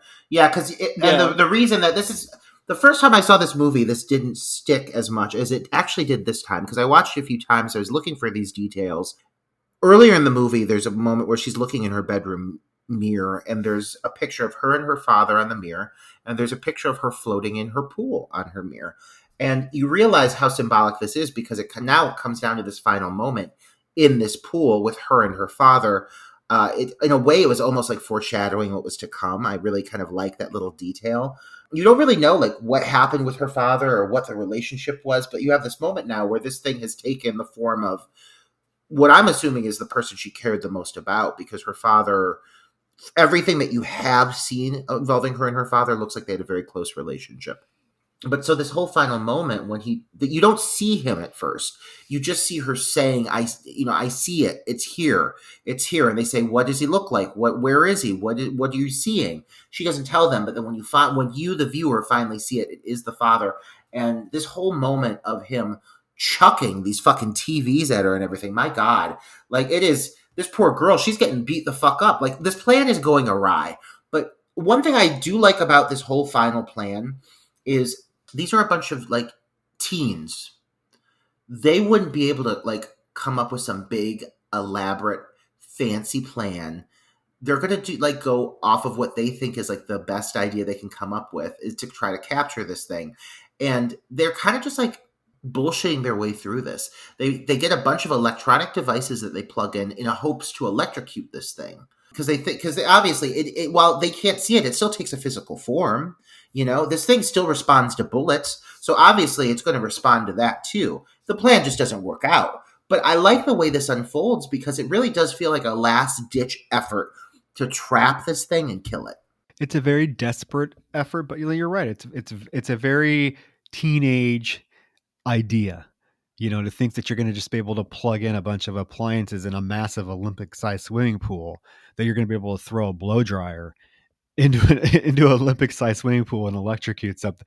I mean, it's very innocent. It's very naive, but it fits. It fits with the characters. Now, her Yeah. father, yeah, he is hurling this shit at her, and she gets hit several times to the point where it like knocks her under the water. They're trying to here. Paul is trying to shoot at it, but he can't see it. So Kelly gets this idea. She grabs a sheet and is you can see there's a couple of shots and they don't look too bad, honestly. You don't see anybody throwing it, but you see the items being hurled in the water. You're seeing them from the perspective of Paul and Kelly, which they can't see the figure. They see these like there's like the blow dryer gets picked up and hurled into the water. They see that. Yeah. So Kelly's able to throw a sheet over it and it actually creates a figure. She puts the sheet over it and it creates the figure because it's hanging on him so that Paul is able to shoot it. And he does shoot it and it falls into the water. You know, as Jay is swimming to get out of the pool, it grabs her and pulls her underneath the water. And there is I really like this shot when they're underwater and the figure, the father figure is pulling her and Paul is at the edge of the pool shooting and you just see like the bullets go into the water and like fly past her. It's such a cool shot. Yeah, it's very well done. Very well done. Until one hits him in the head. Finally, this is a violent. I mean, it's not violent in terms of like blood, gore, or anything like that, but just a very like intense couple minutes of him hurling. So this thing is finally shot in the head. They get her out of the pool, and there is this moment where she crawls back to the edge of the pool to look into the water, and it just turns blood red. Roger, this is the second film in a row where we've watched where one of the ending shots is just water turning blood red. We had it with Cherry Falls, and now it's with this. The whole pool, all the pool water just turns red. Yeah, it's a theme. It's a theme. I dare say this one did it a little bit better than Cherry Falls. Cherry Falls literally looks like somebody went in with like a paint shop pro and just colored over the one. But I mean, it was the late '90s. You know, what are you gonna do? A few little things about this sequence. Oh yeah. Yara gets shot in the middle of the commotion, which I like that as well.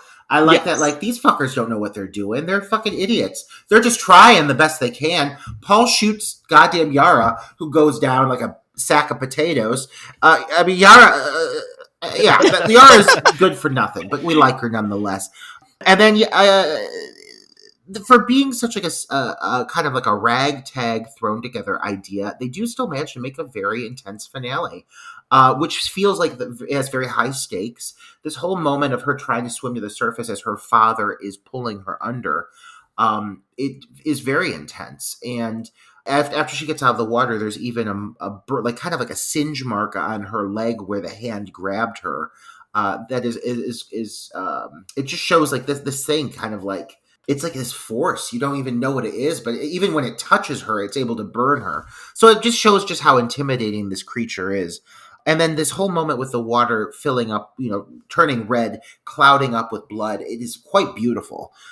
It's very distorted. It feels very art house. The way they did this, I'm curious. I doubt they just poured blood in the water and they're like, film it. No, it looks like it was like, I mean, either it was digital or they did something with this effect that made it look very striking.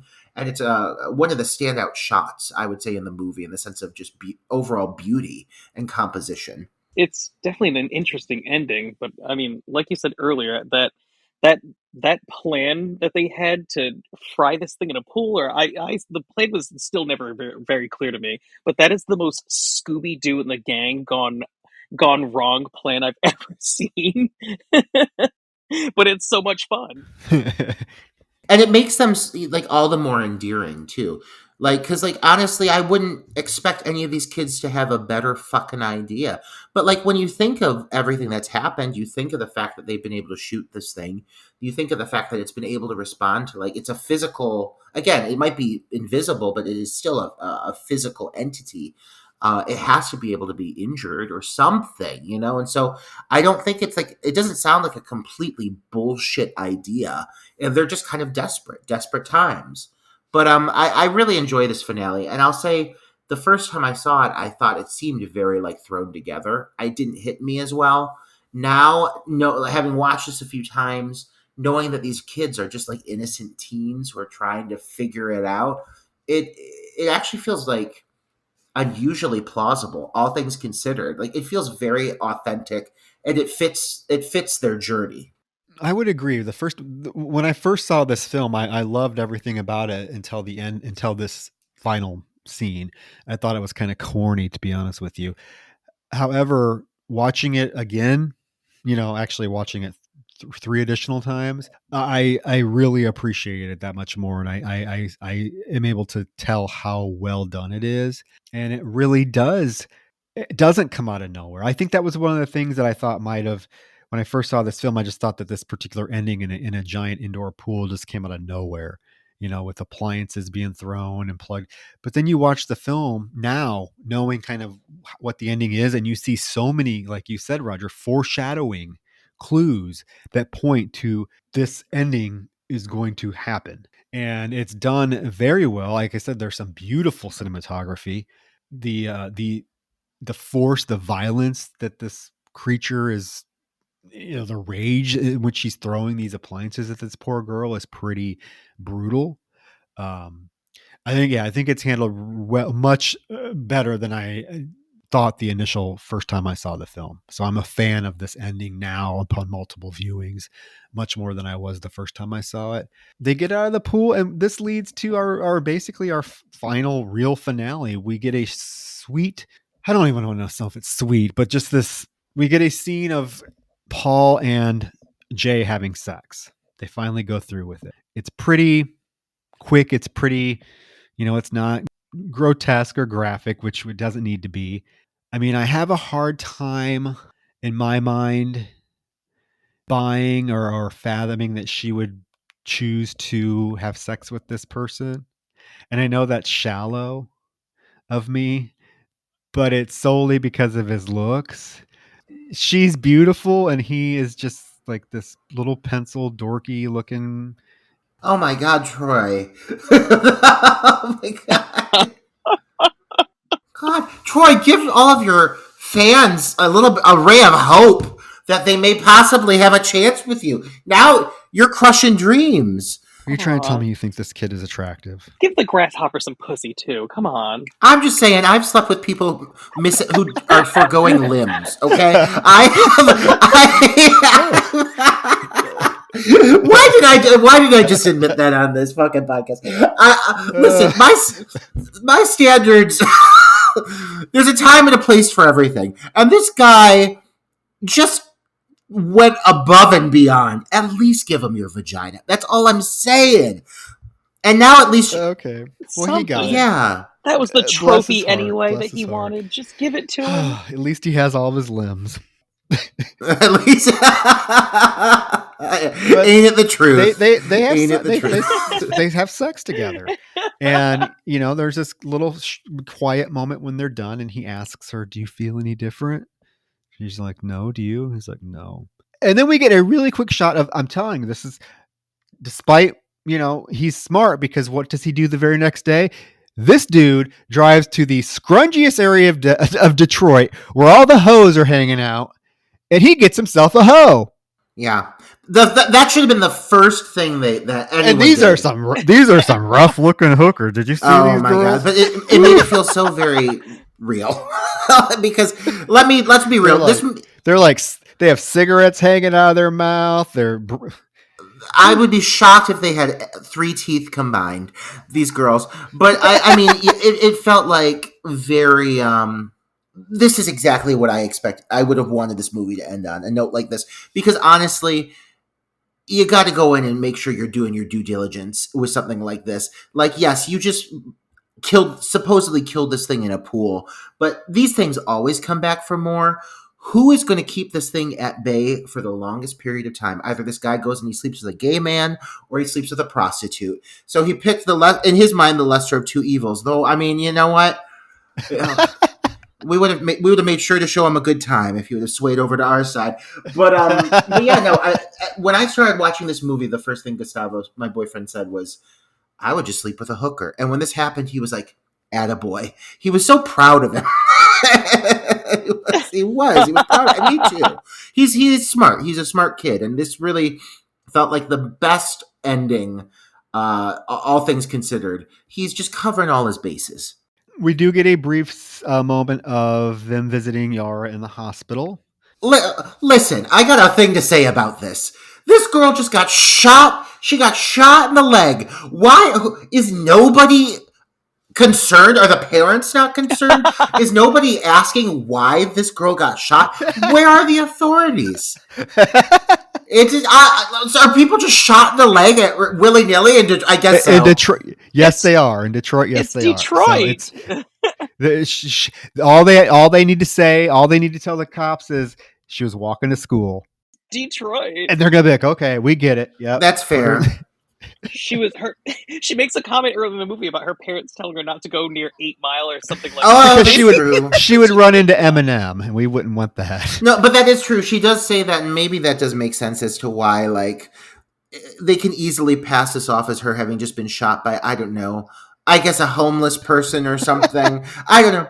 A drive-by. Keep in mind, I live in Cleveland, which is like, I can say as much as I want about Detroit, but our tagline is, "We're not Detroit."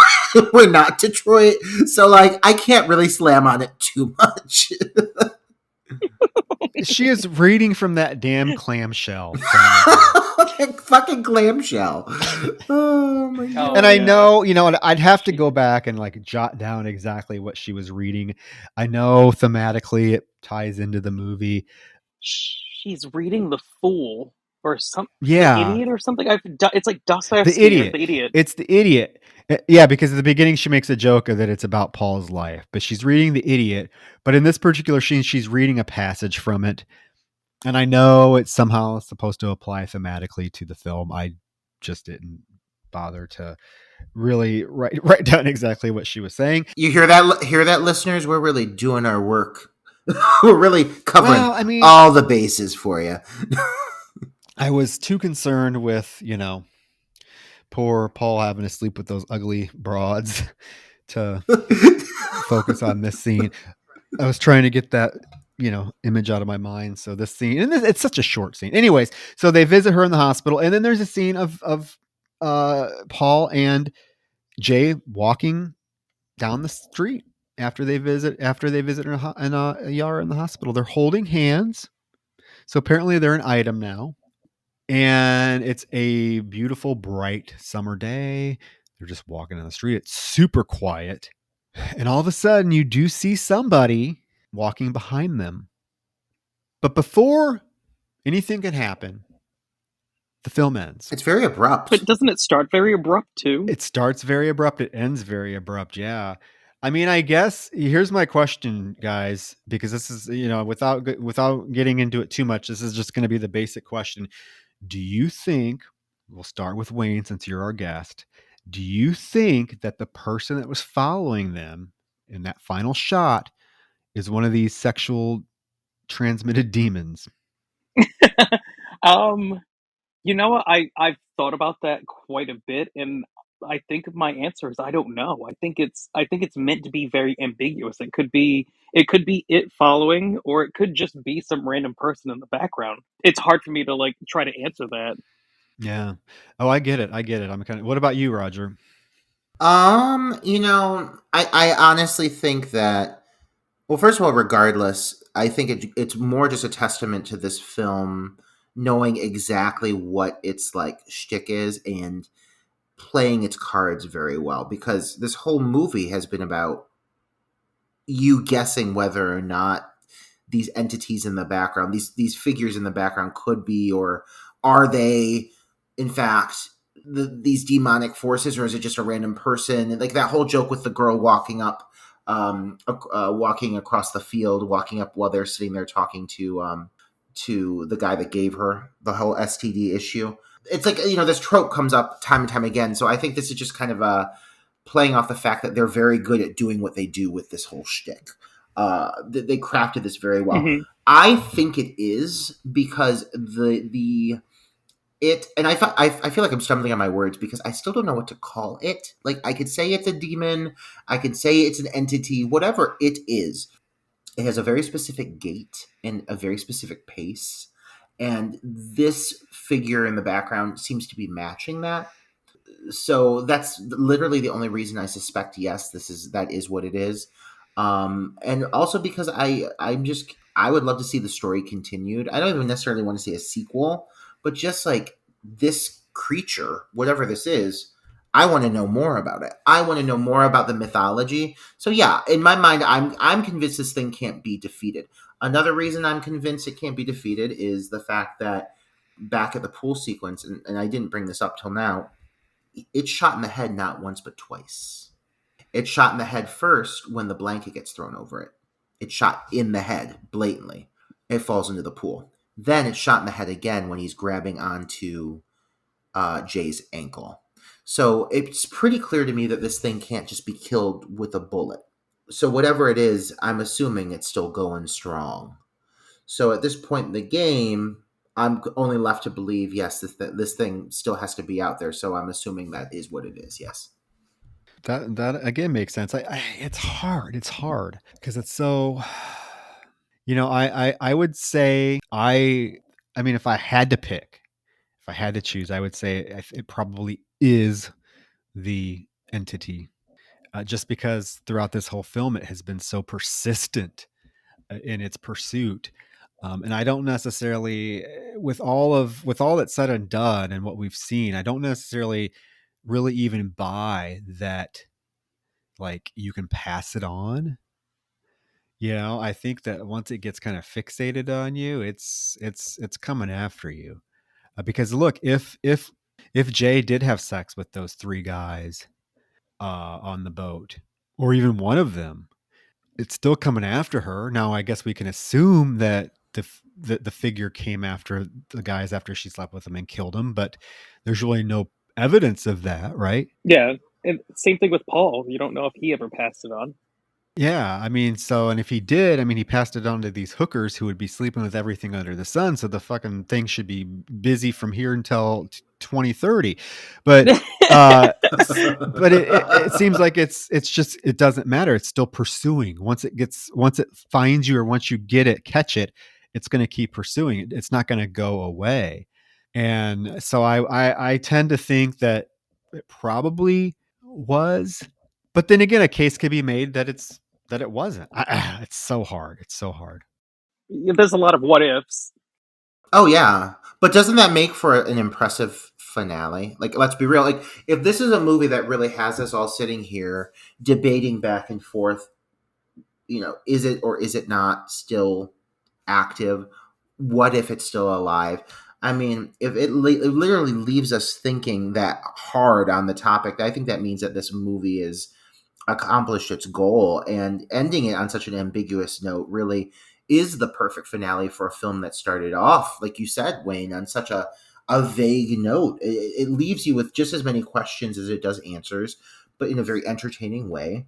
And it ends this movie in with a perfect style. This film knows exactly what it is and the type of style it's trying to execute, and the filmmakers perfectly wove the story from beginning to end, and they ended on this great little cliffhanger that keeps you guessing and kind of keeps you wanting more.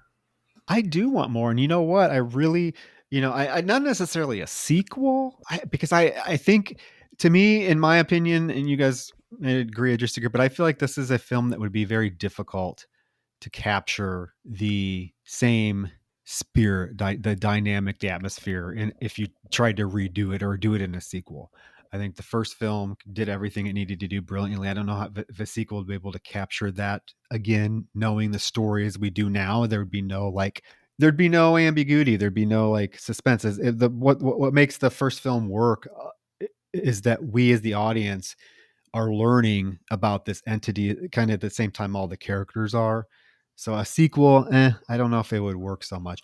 I would say I would have loved to have seen more from the director, David Robert Mitchell, who, I mean, I don't know if this was his first film. It had to have been, he didn't have a lot of experience behind his belt, but for him to come out and knock it out of the park like this, I'm really surprised that he has not followed it up with some other genre offerings. I mean, to me, he's right up there with like Ari Aster, Jordan Peele, in terms of someone coming out with a feature horror film that just is so fresh, unique, electrifying, that he could have easily followed it up. And I'm surprised he really hasn't done much since this film. Yeah, that is kind of mind-boggling, because this film made a lot of waves when it came out initially. I remember a lot of people, both fans of the genre and otherwise, were kind of entranced with this movie. I know you mentioned in some of these forums you've seen some hate for it. I haven't seen as much of that. I know a lot of people that like this movie. But I will say, in regards to a sequel, I don't know if I would like to see a direct continuation. I like the fact this ends vague, but I would kind of like to see something set within the same universe with the same entity pursuing a completely different group of people. And we started this podcast off jokingly talking about how gays would be fucked in the sense of like I mean, we first of all, we'd be making that demon work overtime, but also, like, I mean, we have a very queers, we've got a sexual way of living. and I would love to see this thing unleashed in a completely different environment with a completely Yeah. different group of people, and really get to see it wreak havoc in a way that this film kind of held back on that a little bit. I just want to see what this thing can do.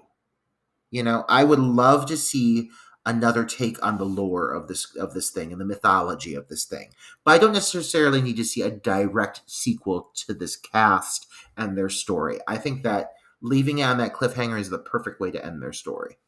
Yeah, I get it for sure. I don't know. I mean, it would be interesting, but I think part of like I said, part of the charm of this first film and what makes it work so well are the characters, their innocence, the fact that they're naive, they're likable, they feel real. I mean, I think there were so many things in play with this film to make it as magical as I think it was the first time I saw it, and now even more so, I really think that this is a really well done film that definitely makes you think, makes you feel things. And again, I mean, I don't know, what I have seen. I think this film is super divisive among horror fans because trust me, I've seen polls in these stupid horror groups that are saying, "Oh, what's the worst horror film you've ever seen?" And I see people mention It Follows. And I'm like, oh my God, you really need to see more movies then. Because there are some bad fucking movies out there. Jesus Oh, Christ. there's some bad. Yeah. But that, I mean, that's It Follows, you guys. I mean, I love the film. I think I liked it even more. I mean, I loved it the first time I saw it, but upon these, viewings for this particular episode, I just fell in love with it all over again. I think it does everything right. So that's all I can say about it. Yeah, It Follows to me is one of the best horror films to come out of the 2010s, if not the best. Wayne, give us some closing thoughts on this piece, because this is your episode. This is your title, so I'd love to hear in closing. Wow. Wow. I've never had to do it in closing. It's just, I mean, I just agree with Troy. It is one of the best pictures to come out in the 2010s. That teen era of this decade. I don't know. Just it's it's a beautiful film. It manages to be creepy and ambiguous. It's definitely worth the watch. Creepy and ambiguous, much like myself. I like the good choice of words. Wayne, your vocabulary is so much better than mine. I have the same 4 words I use all the time, and I have to really broaden my horizons here. So I'm going to start adding ambiguous into my vocabulary. But yeah, no, honestly, I think we're all on the same page with this film. This movie left a really good impression with a lot of people for a reason, and I think what you're saying about some of these responses we've seen from horror fans saying it's the worst thing they've ever seen, they could go fuck themselves because this movie kicks ass, and I'm not going to hear anything else about it. I think this movie is, above all, it's unique. And there are not a lot of movies I can think of from the last 20 years as unique as this movie. So whether or not you like the mythology behind this thing and why it does what it does, you can't deny the fact that this is its own story, unlike most any other film within the genre. And for that alone, I've got to give it credit. Well, isn't that how it is though? And I just want to throw this out here before we finish up. We wrap up here because we're going long. But isn't that the case though? You see so many horror fans bitch about, oh God, don't these studios have original ideas? Not another Halloween, not another Scream, Mm-hmm. not another Texas Chainsaw Massacre. It's the same thing with like the superhero movie. People bitch about that, but then you get a movie that is this original, this fresh, this unique, this stylish, and it's still not enough. That's the worst movie I've ever seen. It's boring. It's like what people say about Hereditary. I didn't get it. It was stupid. It was boring.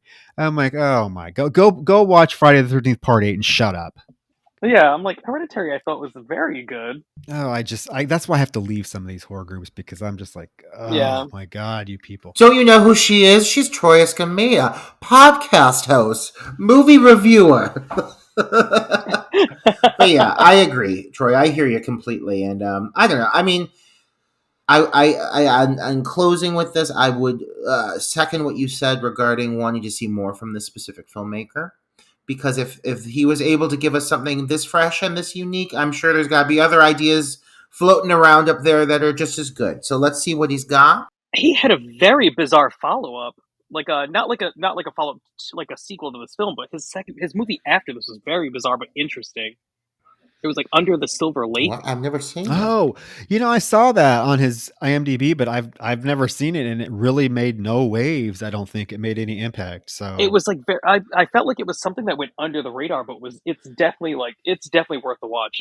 It's interesting. Okay. I'll have to check it out. I would just like to see him return and get something a little. Not that this is mainstream, but this made it into theaters. I mean, this was a pretty prominent film. It did really well at the box office. I'd like to see him be able to return, and do something like that again. Also, I think Under the Silver Lake, I think the score is also Disaster Piece again. Oh, okay. I'm gonna have to check it out. you got my attention. Disaster Piece is I like that. This soundtrack plays when I'm in the shower. It's amazing. Yeah, it's the standout.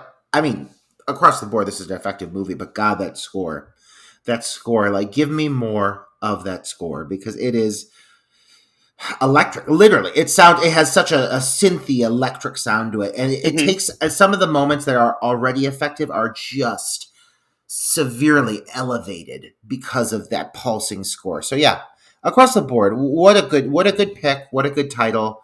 Wayne, thank you so much for joining us in today's Thank you for having episode. me. And thank you for being part of the big queer horror movement. I mean, we need more of you, and we need We need more it. projects from you. And I know that you, in closing, I know you are working with the same team on their next endeavor. Isn't that's correct, right?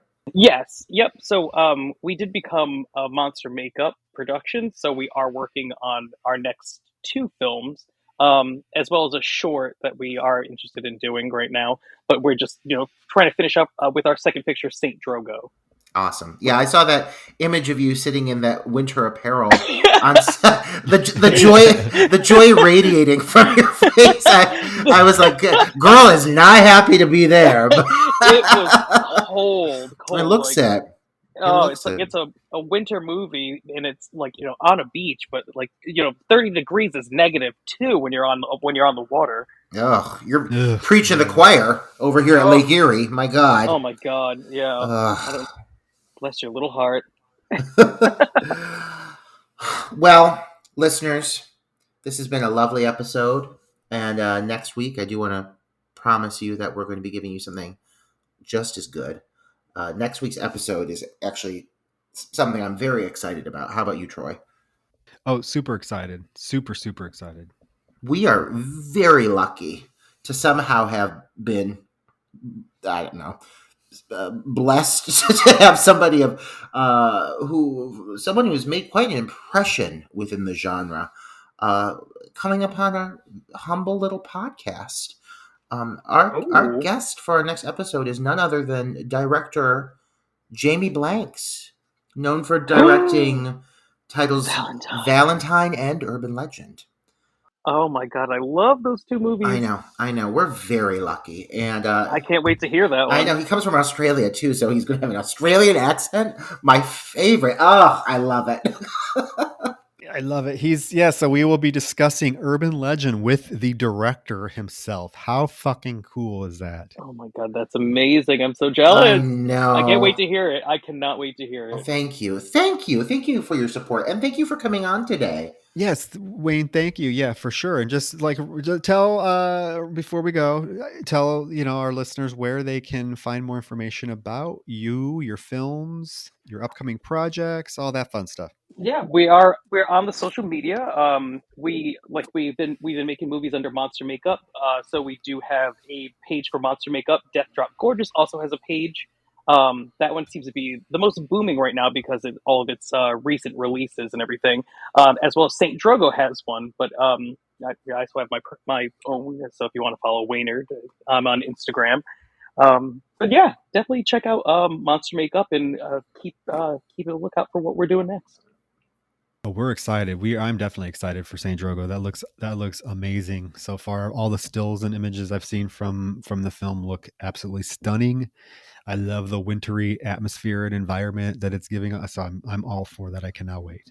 Yes, you are serving us Rhode Island winter real in a way that I never expected experiencing it. It looks frigid, but I can't wait to see it. I mean, yeah, you guys, and we've said this with each one of the individuals from your team that has come onto our show.